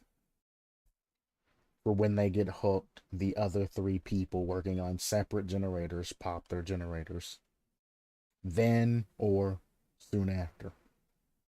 So by the time that first survivor is hooked, somewhere shortly after, 3 gen should pop immediately, leaving only 1 gen left. That would ruin, ruin killers. Absolutely, positively ruin killers. Because even with that gen rush strat, you still have 2 gens left to do. If the killer decides to camp the guy on the hook, you finish the generators by stacking the hell out of them and moving on. That person would still have a good like 40 seconds left, well 30 seconds left after travel time and all of that left to be saved and all of that. And then you can work out the details and all of that afterwards. However, if there was only 1 generator left by the time that first survivor got hooked, I would probably have the rest of the 3 of them meet up, especially if it's a survive with friends type thing. I would have the rest of the crew meet up at one specific generator that has 3 slots, finish that off in 33 seconds, which that guy wouldn't even be in tier 2 at that time. And then we could go and prime the exit gates and all of that. By that time, that person would have a couple of seconds left, and if he's running something like Kindred, he'd have an extra 30 seconds left, which would give him like a minute to be saved against this particular killer. Or kinship. I mean, Kindred would work good too with kinship if you're running a looper build. You definitely want something like adrenaline though. Even if they have NOAD or something, that adrenaline speed boost off the hook is high tier.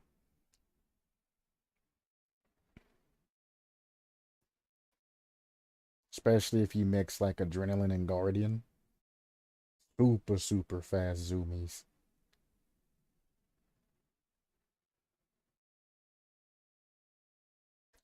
I don't know. Reduce survivors generator count needed by 1. How's about I meet you halfway, literally, and instead of reducing the gen count needed by 1, at the beginning of a trial, 1 generator is highlighted in yellow to the survivors, and that generator starts half complete. So if survivors want to take that gander to walk around and get to that generator and get it done faster, or put the extra 40 seconds into it, minus if ruin or well, I guess we would have to protect that against ruin, because ruin would eat the hell out of that generator. So yeah, instead of giving them just the pass, make it a generator that's highlighted in yellow for like 10 seconds at the start of the match. That generator starts with 50%. That generator cannot be kicked or affected by any perks whatsoever. You can make it killer perks, you can make it survivor perks, you can make it killer and survivor perks, whatever. But I would essentially protect that generator from having any external effects. So it would always stay at 50% regardless. Until worked on. After it's worked on, I mean, it is what it is. Anything should be able to affect it once it's touched. So survivors can run to it at the beginning of the match and try to knock it out of the way quickly, or they can wait till the end of the match, go to that particular generator and already have 50% gen done, as opposed to just giving them an entire generator.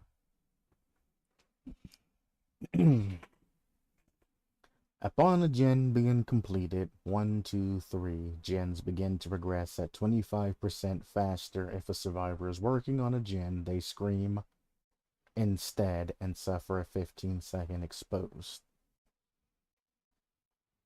Yeah. Definitely don't give them a free gen with such a small effect coming afterwards. Keep in mind that Ruin is 200% regression. 3 gens regressing at 125% ain't anywhere near Ruin's 200% regression. And once they stop the generators from regressing, they're not going to regress anymore. Unless the killer kicks them.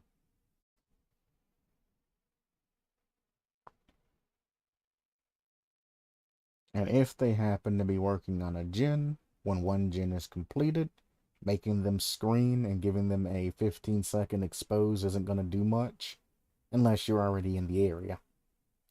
If you aren't chasing anybody and you're out and about and you get this effect, you can do something with it, but generally you're going to be chasing somebody or doing something at that particular moment, and the 15-second expose isn't going to really come in handy for you. I mean, if the killer's heading towards me, which generally, if you're out and about, it'll take you at least 4 seconds to get to wherever it's going. So, you have a little over 10 seconds to chase that survivor.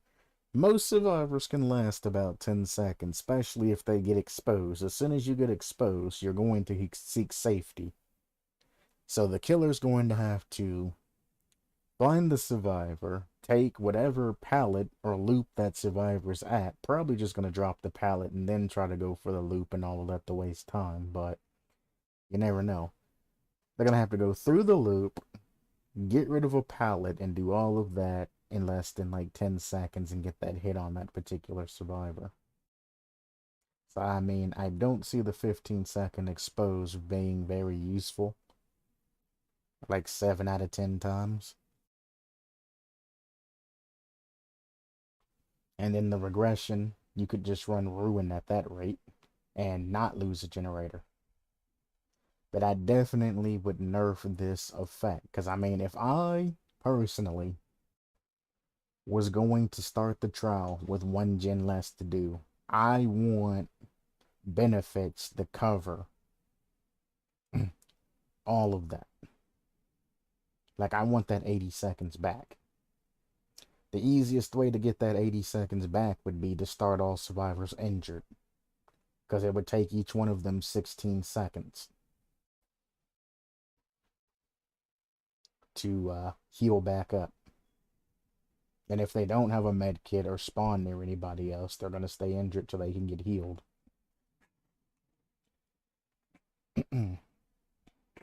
So, I mean, something like that.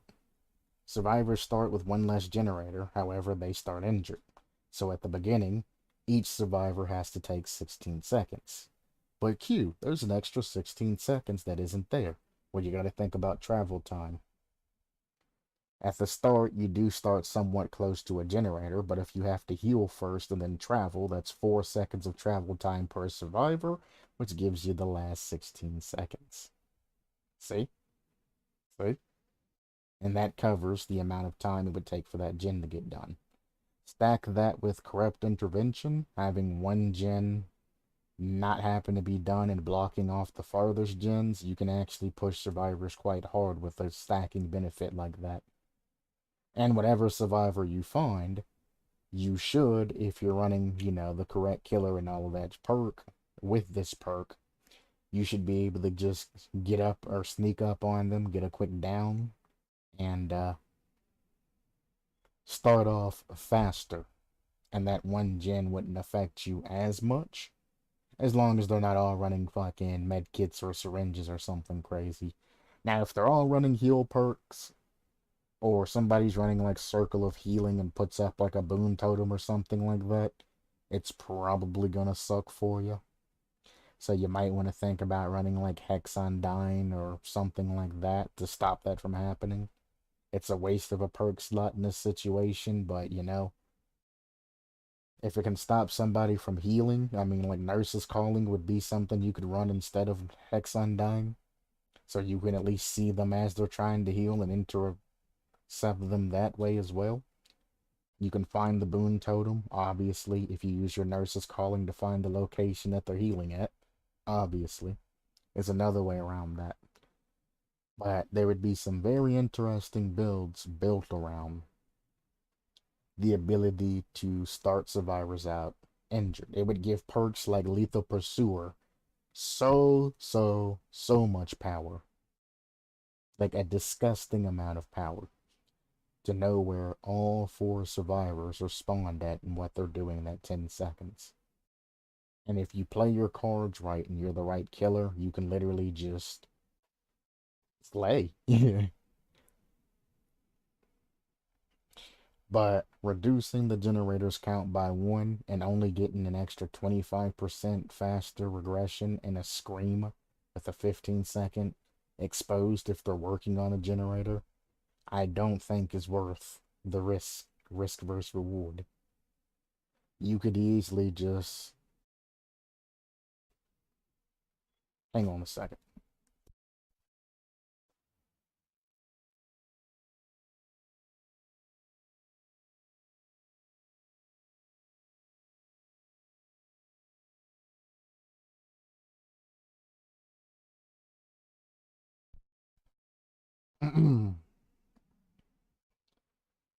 You can easily restructure this and make this into another style of perk.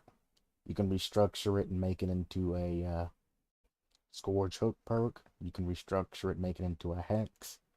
You can restructure it, make it into, you know, just a regular perk and do different things with this. You can make it into a token perk. You can make it into a Hex totem perk. Token perk. You can do all kinds of different things with it. This is a good base, but if you expand on this, you can do a lot more with it. Poems of Lies. Melodies of life and death balance the same. Whenever you sacrifice or kill a survivor,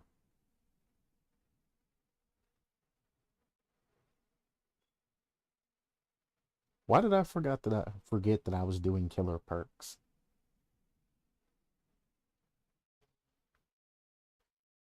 How did I forget I was doing killer perks? Whenever you sacrifice or kill a survivor, gain a token up to 3. For each token, survivors have a decreased hook timer by 25%. Each struggle on the hook reduces next chance by 0.5%.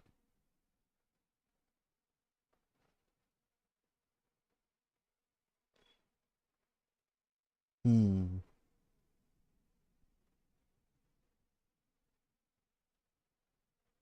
That's kind of absurd, don't you think? Honestly, if you combined upon the trial reduced survivors generator count needed by 1 and then made this perk added up there, you might have a good singular perk. They start off with 1 less generator, however their speed time or their hook time gets decreased.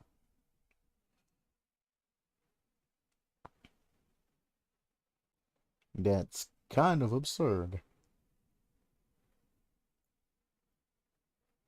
And something that's that absurdly powerful definitely needs to have an absurd consequence to it. So you could literally just take this and slap that up there and combine these perks together and call it a day. Get rid of the 25% regression and all of that, obviously. That's crazy.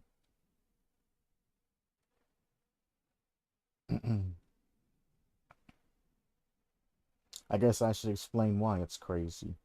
So essentially you have 120 seconds worth of hook time. Each hook, well, I can say each hook, each sacrifice or kill, you are decreasing the remaining survivors' hook timer by 30 seconds. So if you tunnel a person out, for example, they now have a minute and a half on the hook. That's insane. Basement Camp and Bubba's are gonna have a fucking field day with that shit. If you sacrifice the other 3 survivors, however, it does nothing for you. You know what I'm saying? So the maximum tokens that you could really use on this particular perk would be 2 tokens. But that's a 50% decrease in hook time. So they would only have a minute before they bleed out and disappear. So your maximum tokens can't be 3, because once you hook or sacrifice the 3rd person, it's in-game. They're either going to find the hatch or you're going to hook them and they're going to disappear. So your max tokens and all of this entire perk that you have listed here needs to be rebalanced just for 2 activations.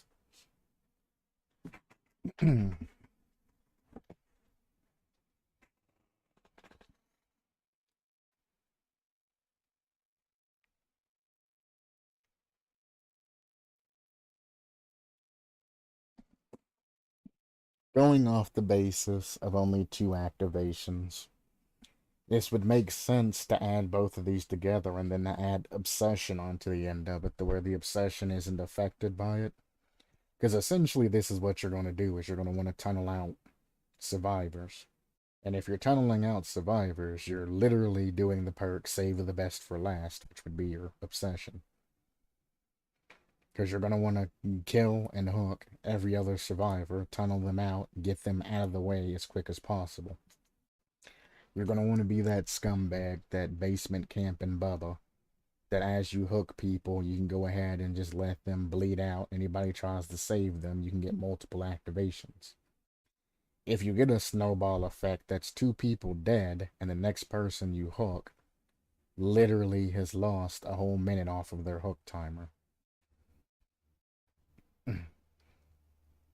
So that's kind of insane. But you can also only decrease that by 50%. When there's 2 survivors left, I get into the attitude of, if that other guy gets caught, he's pretty much fucked. So, if you play with greedy bastards like me, this perk isn't going to do anything about it. But if they're altruistic and they really want to save that person, that limits their time to only having about a minute to save that person.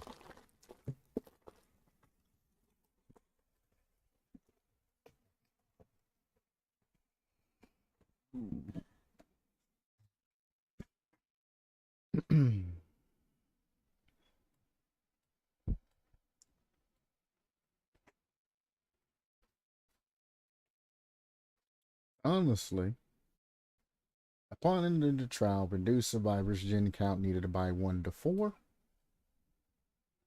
and then decreasing the survivors' hook timer by the 80 seconds that you gave up. 80 seconds divided by 4 would be 20 seconds off of their timer. Or, hear me out, you can stack that time into decreasing the first survivors that you hook's timer by that particular time. You can completely remove a phase of the first hook survivor. You give up a gen of 80 seconds, you then take, well, you would only take 60 seconds off the top. But you would immediately hook a survivor and put them into their second phase instead, just to simplify all of this down. I think would be a pretty fair trade. You get a free gen of 80 seconds, I get 60 seconds off of your guys' timer. Either way, you can take time off particular each survivor, take like 30 seconds off of each survivor by giving up a gen, or immediately send the survivor into their second phase, their struggle phase on the first hook. In that case, I could see both of those perks being slammed together very, very good. Like, very, very, very nicely. And just to jazz it up, make it to where you can't interact with the obsession at all, or you'll start losing things. Because I think it'd be like the perfect obsession perk, to where somebody remains immune from this. So if the obsession, for example, becomes the person that you're looping and you hook them, you're not going to get any value out of it. So that person knows that basically, at the end of the day, they can be the one to go down and save their team.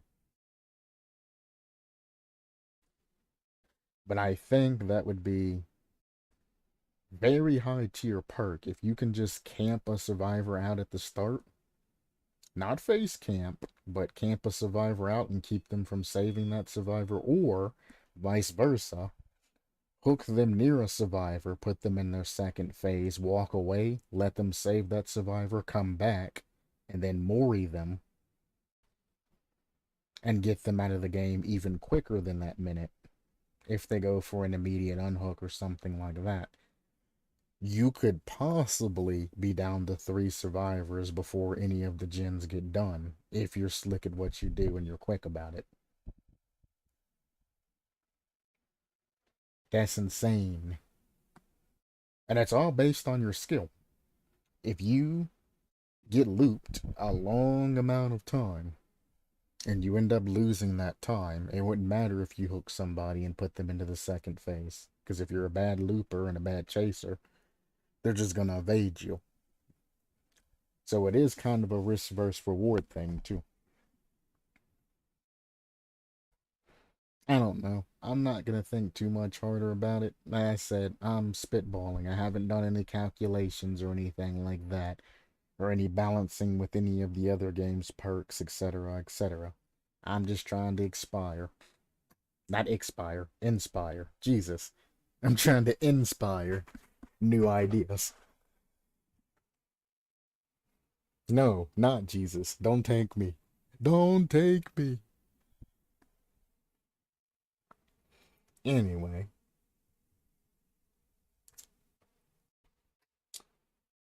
each struggle on the hook reduces next chance by 0.5%. It's already low as it is. You ain't even got to worry about that. You can might as well just remove that. Even running slippery meat, I've managed to escape maybe 2 out of 10 games off the hook.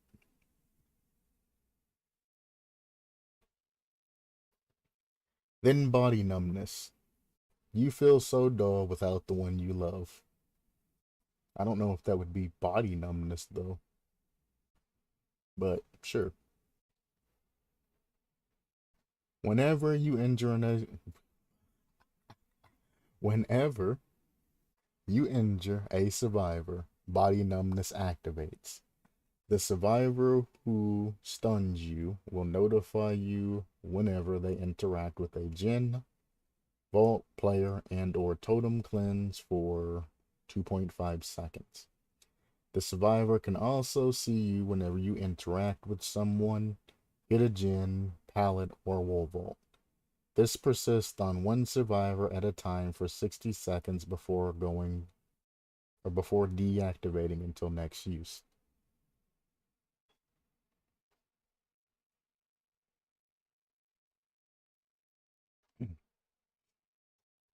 What's the what's the value here?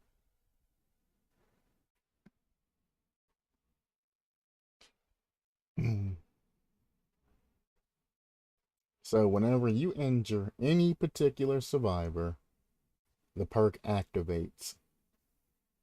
However, you have to do another activation on a survivor has to stun you in order for it to activate.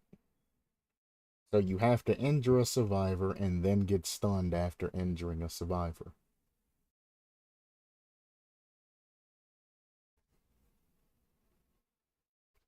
That's 2 activations on one perk. So instead of injuring a survivor, why not just make it whenever you are stunned by a survivor? and then put for the next 60 seconds, anytime that survivor interacts with a Jinn, Vault, player, or totem, reveals themselves to you for 2.5 seconds. And then just add a, I don't know, 5-second cooldown between activations and have the entire perk last for 60 seconds. And then add in a cooldown for the particular perk. So it would go, it's not going to be perfect, but something along the lines of this. Whenever you are stunned by a survivor, in the next 60 seconds, if that survivor interacts with a Jinn, Vault, player, or other survivor, or totem, their position will be shown to you for 2.5 seconds. And that can be either via notification or whatever else. There is, then at the bottom, away from all of that, that's the perk. Then at the bottom, you'd put in, you know, sort of like parentheses or something like that, or and put down, there is a 5-second cooldown between perk activations. Like after the perk in parentheses or something, after the perk is listing and all of that. And then at the bottom of the perk itself, you would also put that this perk has a, I don't know, 30, 45, 60-second cooldown, wherever you want to put for cooldown. So this perk has an X cooldown. So one more time, whenever a survivor stuns you, body numbness. I was listening to you while typing final version of concept, but I think I'm too sleepy to last any longer. I'm not going tomorrow anywhere, maybe just a shop, so I will post concept tomorrow for sure. Hey man, take your time. I'd prefer you to take your time posting it and it to be great than to just post it because that's the end of your free time. Whenever you post it, I'll be there to review it. Be careful of Google images, so take care. You too. Nobody wants that clapping. The clapping to happen. Mandy's gonna stop into my stream one day and I'm gonna get demonetized. See ya. Yeah, I'll try not to forget the levels of the perk. Oh, the scaling. Peace.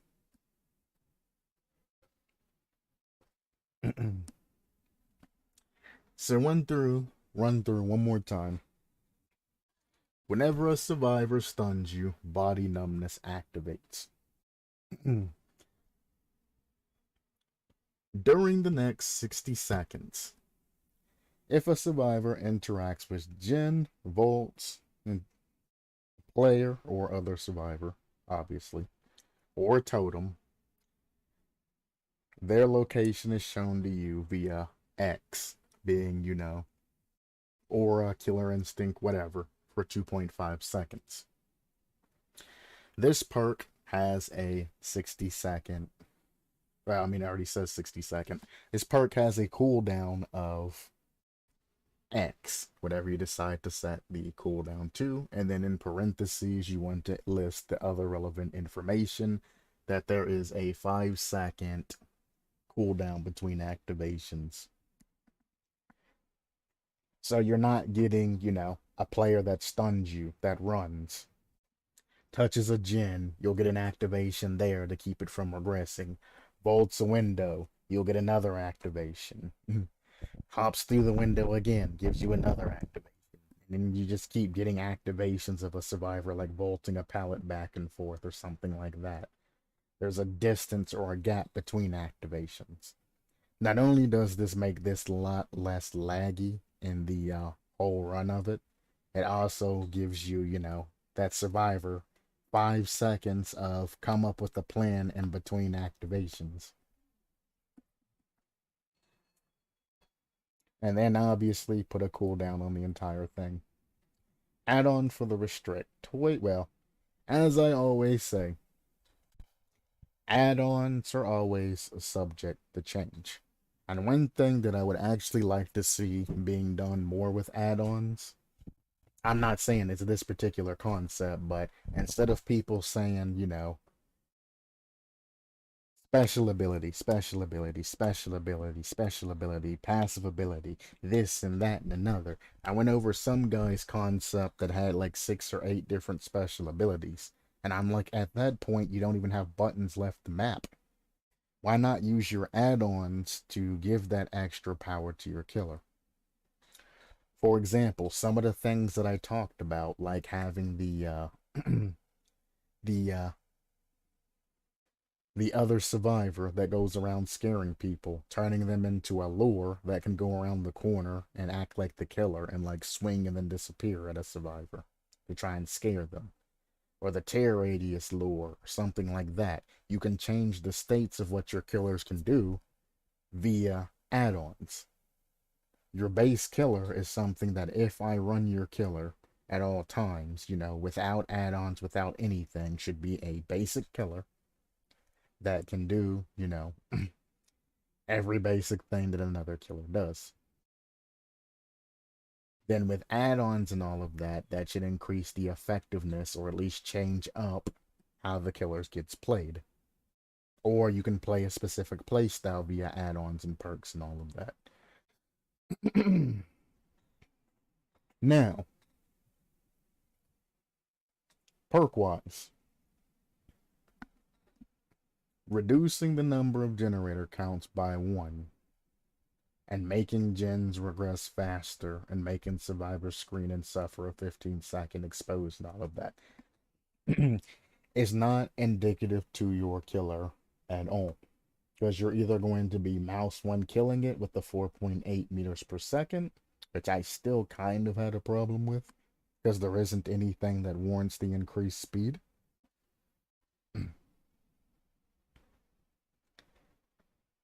Or they're going to just be holding out that particular aura, chasing survivors with the 4.4 and a little bit over. I think it was like 4.416 or something meters per second speed, and keeping them in that particular aura till they go insane the entire time. So, gens being completed and having 3 other gens begin to regress and everything else like that, and survivors screaming and things like that, doesn't help your killer. Well, it doesn't help this particular killer, is what I should say.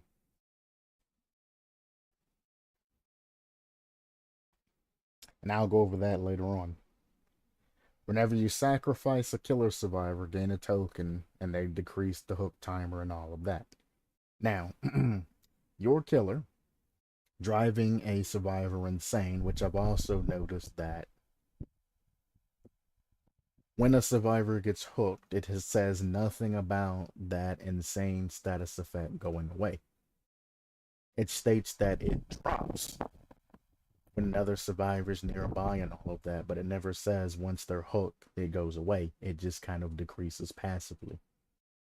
So your killer is more of a tunnel style of killer. Once you get on somebody and you hook that person and all of that, it behooves you to stay with them and keep downing them and keep tunneling them out of the game as quick as possible, because you have time missing that you need to make up. And then body numbness. Oh, and the decreased hook timer is obviously good for a tunnel killer. Body numbness. Whenever you injure a survivor and the killer stuns you, you can see everywhere that they go. This is extremely useful for your particular killer, because all you have to do is keep them within that aura and they go insane. It's as simple as that. This is extremely, extremely useful perk. Like, extremely useful perk. And it's different from I'm All Ears via Ghostface. It's completely different from it, and I kind of like that. Ghostface's perk, I am all ears. Any survivor within, I think it's just basically terror radius, 32 meters that performs a rushed action. You can see their aura for 16 seconds or something like that. No, it's not 16. X amount of time. It's not 16. It's low, like 8, probably like half of that. But you catch the gist of what I'm saying. This instead gives you a 60-second, which I said there should be a cooldown from 5 seconds in between, which gives you still 12 seconds, or 12 activations of the particular perk. So that's more than enough activations from that perk. If anything, you might need to limit the activations to 60 seconds or like 8 to 10 activations. Because that's a lot of time that that person can't really activate with anything. I'm assuming that you're going to be tunneling, because that's what this killer seems to be indicative to, so that person isn't going to have time to escape or do anything like that, but still. Adding that 5 seconds between activation makes this 60-second timer more realistic, though. Because, I mean, you literally only need about 30 seconds worth of activations. If you're going to leave it, for the most part, rapid. Well, I wouldn't even say rapid, but chasing them, doing things like that. If you ain't caught them and downed them within 30 seconds, you're not going to catch them and down them in 60 seconds. At least your odds are going to get lower and lower and lower and lower as time goes on. So, I mean, you could technically bring this down to about 30 to 45 seconds, and it could use that.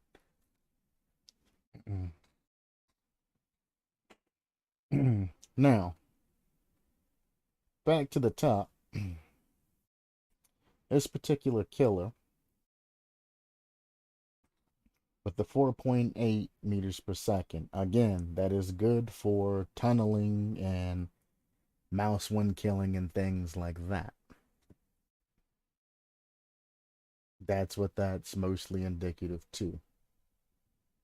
However, since your particular killer is technically has a ranged effect, and that ranged effect persists as long as you're holding a particular button, I do believe that your killer speed should be decreased to around about 4.4 meters per second.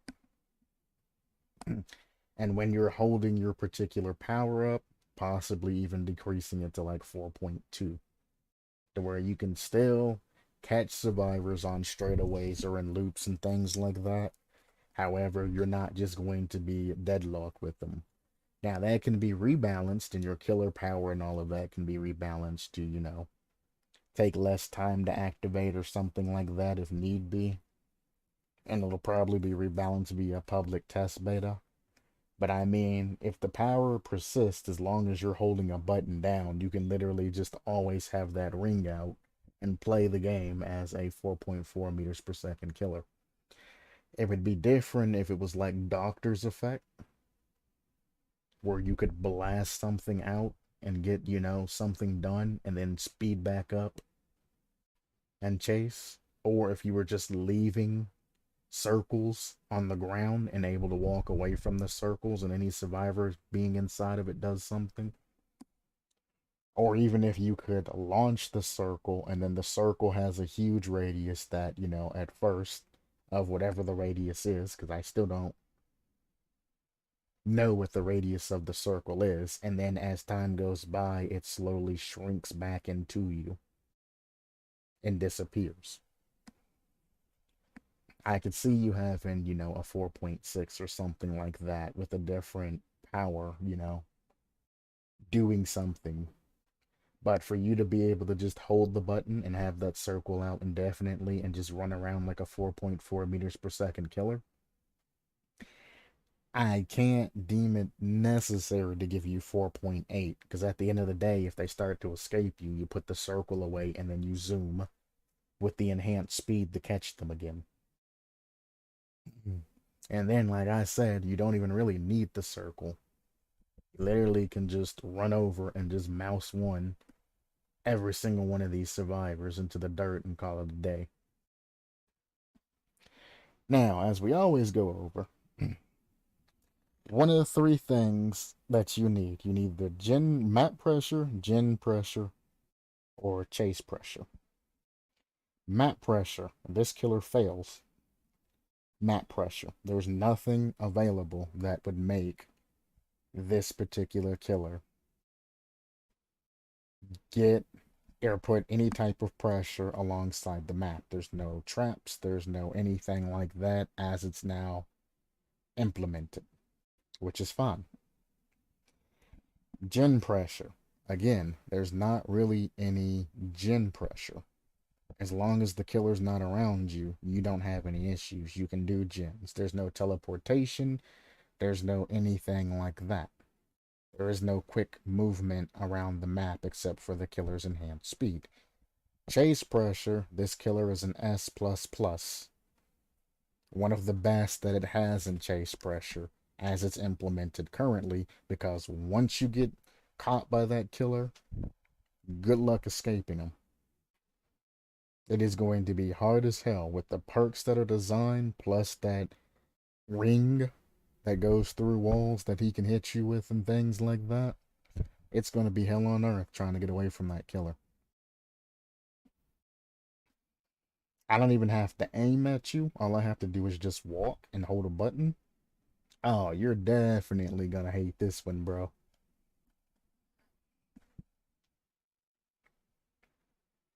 So, it does take 6 seconds to warm up, though. But once it warms up, it's hell on earth. Again, from the start, I would walk towards a generator that's being completed, set the ring up, and then I would just keep that ring on unless I'm needing to move between two areas quickly. I would just hold the ring up the entire time. Fuck it. 4.4 as fast as, most range killers. They don't have really a lot of trouble moving across the map and all of that. And if I do, again, need the speed, I'll just let go. I mean, I'm wasting about 6 seconds after I get somewhere, so it's more worthwhile to keep the ring up, unless you're going across map, obviously.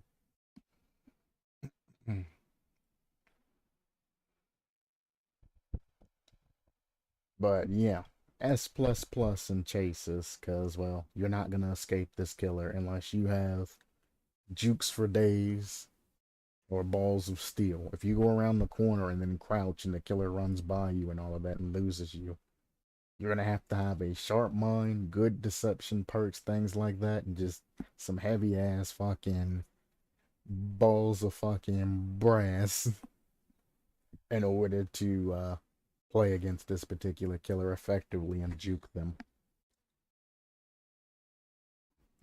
Again, this killer benefits tunneling. Tunnel the hell out of everybody. Get them out of the match as quick as possible because you ain't got time. And as you're tunneling, you have to make sure you're pushing survivors off of generators. So if you run to the first guy, and the first guy's just running around not doing shit, that means the other three are probably doing generators. You also have to kind of rely on a little bit of luck and hope that they're not efficiently gen rushing you. 3 survivors are working on 3 separate gens. You're gonna be in pain. But if one survivor's working on one gen and 2 survivors are working on another gen, you're set. And it really all comes down to the beginning, whether or not survivors spread out to do gens separately, or if they stay together. The promised land would be 3 survivors working on one generator. And if they do waste that extra little bit of time, then shit, you're fucking golden. You tunnel that first guy out and they've only got one gen done, shit, you're fucking doing good. You got him on a hook, they got one gen done, you got your speed, your setup, and all of that. You can literally just kick ass. They're fucked.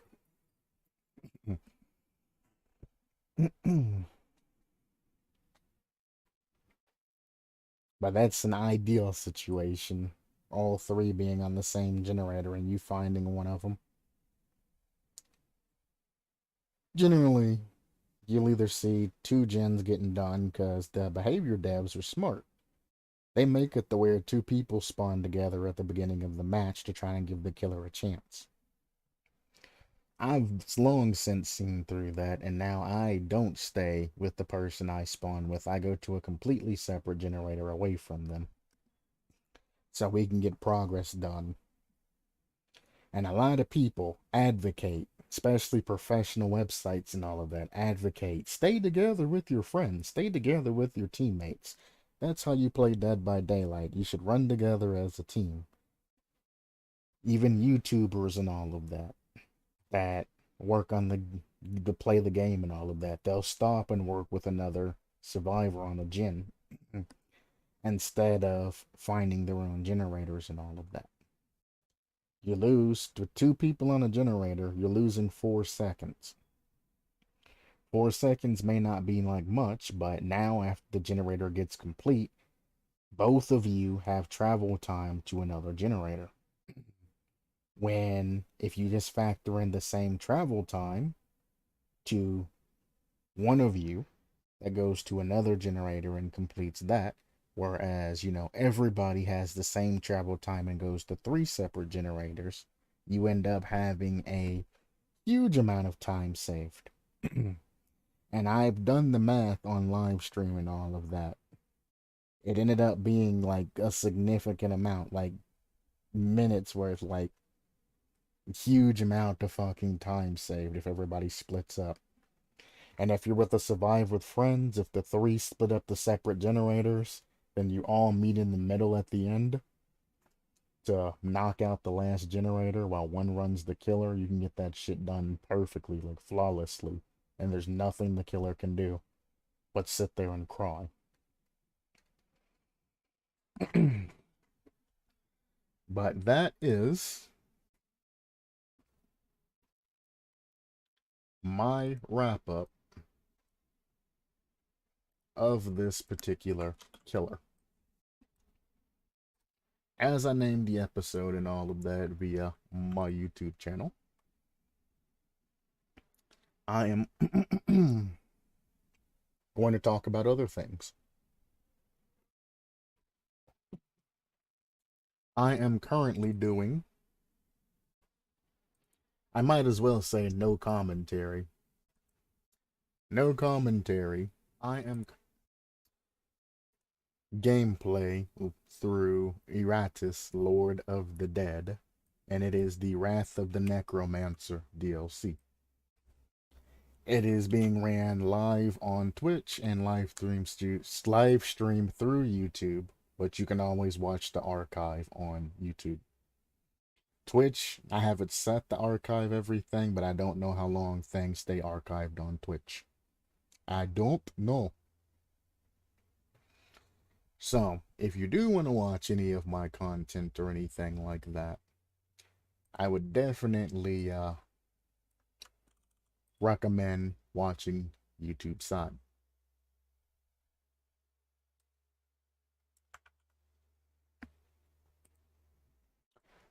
This killer,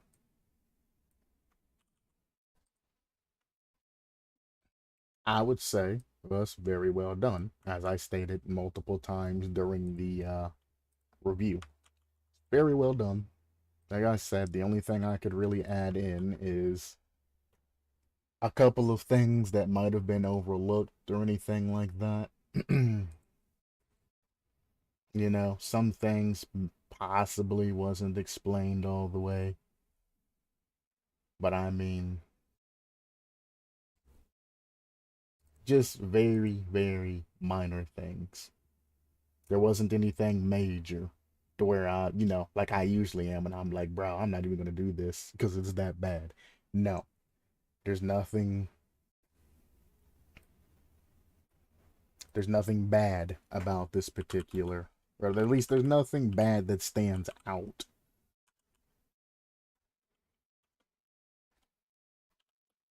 as I'm currently reviewing this. So I must say, good job, Lee. You did very good. Very good indeed.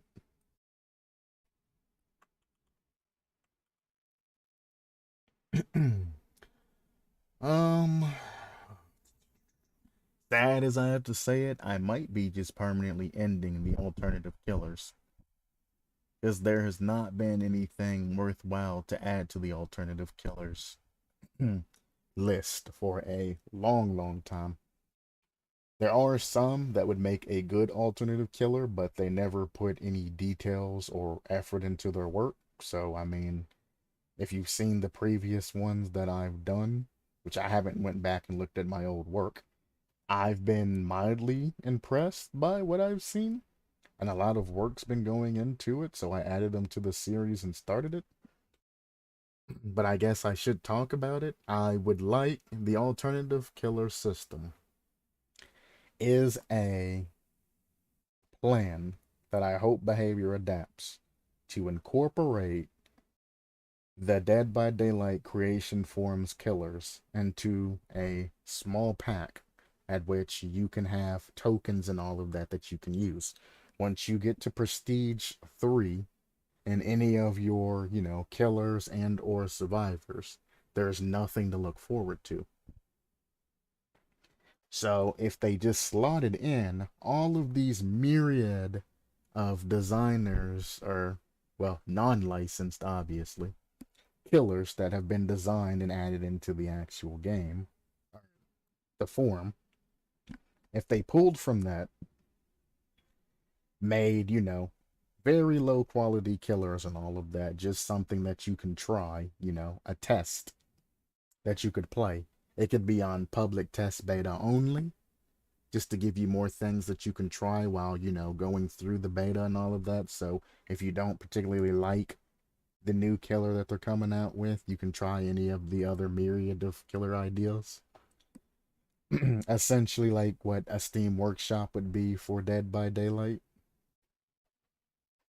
if they was to incorporate it. But you can add it into the game. You can put it in PTB and have all of these low poly looking killers that aren't really frushed out. Just kind of a generic poly killer with a list of abilities they can do. And if the community likes a particular killer, you can then go back in and look at it, polish it up, make it look modern, and then add it into the game. Because as it sits now, the only people that are getting incorporated into the game are only the people that behavior devs look at and they're like, oh, well, this might be good for the game. There's really no popular opinion added into that. I mean, if the comment section's blowing up about it and saying that it's amazing and they would love to see it in the game and all of that, obviously the more popular things get seen. But there's a lot of projects that have the potentiality of being great, but they've never seen. Not by the devs, not by me, not by anybody. So it'd be nice if they just made a pack and PTB or in the actual real game, if they want to add a little bit more effort into everything, I'd put it PTB and just use it, low poly, low tier, characters. Reskin a trapper or something like that skin and make it, generic to where they have different powers and all of that. Very, very generic. Nothing that has to be, permanent for the time being, because it's just temporary. Having a trapper that can do 1,001 different things is more than good enough than having, all of these different killer designs on top of them creating new killers and, working on their second game, etc., etc. Just have a trapper, design, the killer powers that, you want to put in to that particular PTB. Have a power pack for them. They burn the offering, they get that particular power pack, and then the trapper's empowered and does whatever. Or take the trapper, make a new skin, and have him called like the Mimic or something like that, and have him mimic all of the different powers and all of that. Survivors go into a game, they can run up against people that are killers that maybe they've seen before, or killers that maybe they haven't seen before. And it's the mimic killer. It's random, whatever is burnt. If they know what the offering says, you know that. Or if it's a specific offering, you can have some that are secret if they're higher tier.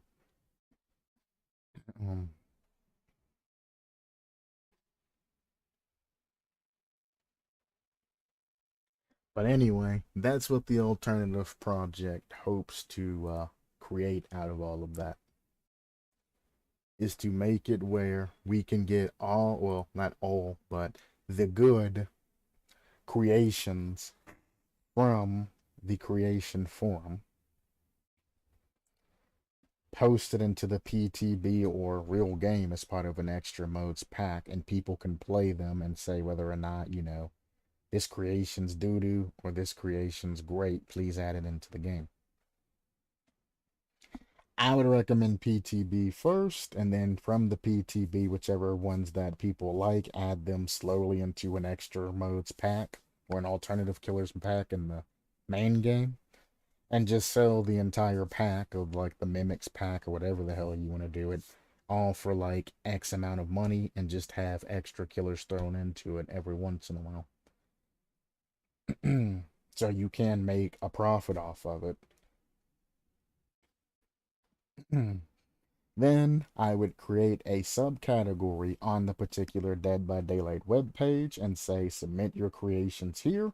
Make them sign a contract saying that 1, their killer isn't licensed, it's original.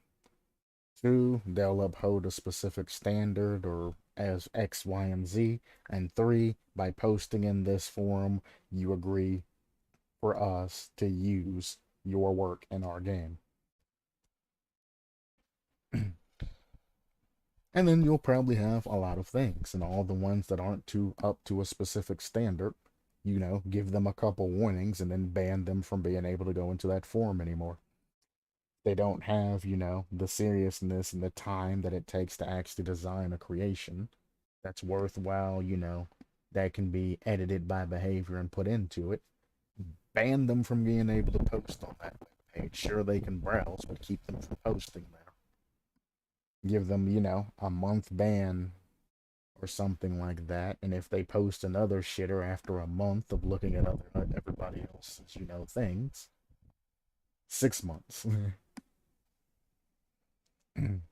Like Roblox, for example, does. Before you can post anything asking about how to code, they make you spend about 2 weeks looking at posts. You have to have 2 weeks of accumulated time looking at different posts and outcomes and situations. So they make you get acclimated with how to post and everything before they allow you to post. Doing something simple like that forces you to look at the better works of art or the better creation on the form before you're able to post. So it forces you to look at that, see the format, see the ideas and things like that. That would be the way to do it.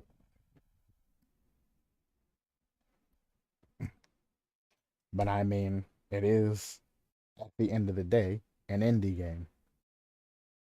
Indie games is what I generally call in development games. Because that's how most indie games are sent out nowadays. I mean, there are some pretty polished games like Hollow Knight and things like that that are finished. But I mean, as they get released, most games, well, hell, most games nowadays aren't completely fucking finished. Because that's just how things were going. But even back in the day, indie games I've nicknamed in development games. As they're being developed and things like that, and they're not fully developed, they're being released. Most of them don't get finished, don't get revisited, things like that, but you do have the ones like Hollow Knight and Dead by Daylight that have put out a pseudo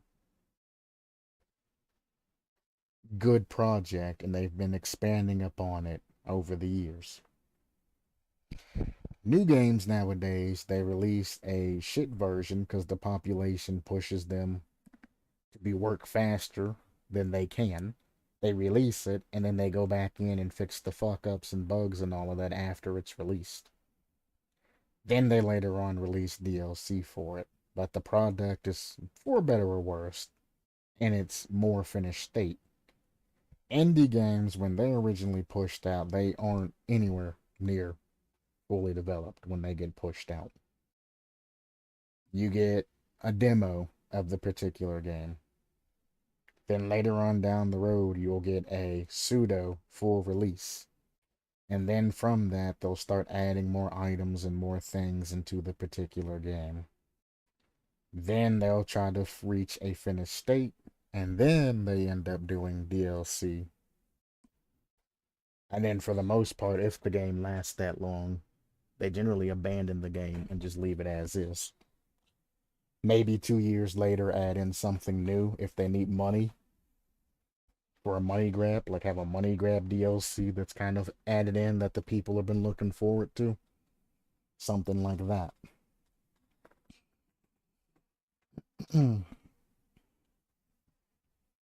But I mean, I don't even know what indie stands for. I've always, well, I mean, I know what indie stands for and the type of games indie games are.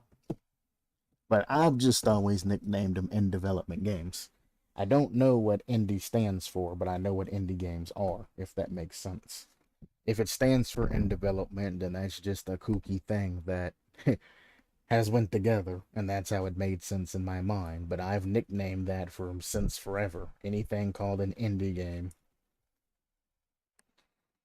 I've always called it an in development game, because you're never going to get an indie game that's completely done and completely polished and shit like that. But if it was, it would be a double A or triple A game, you know what I'm saying? But either way, I'm just harping and repeating myself over and over and over and over. So I am going to cut the stream here. We're at 2 hours and 42 minutes. Ooh-wee. I probably won't be playing Aratus today because I generally like to wake up early at like 10 in the morning and play it.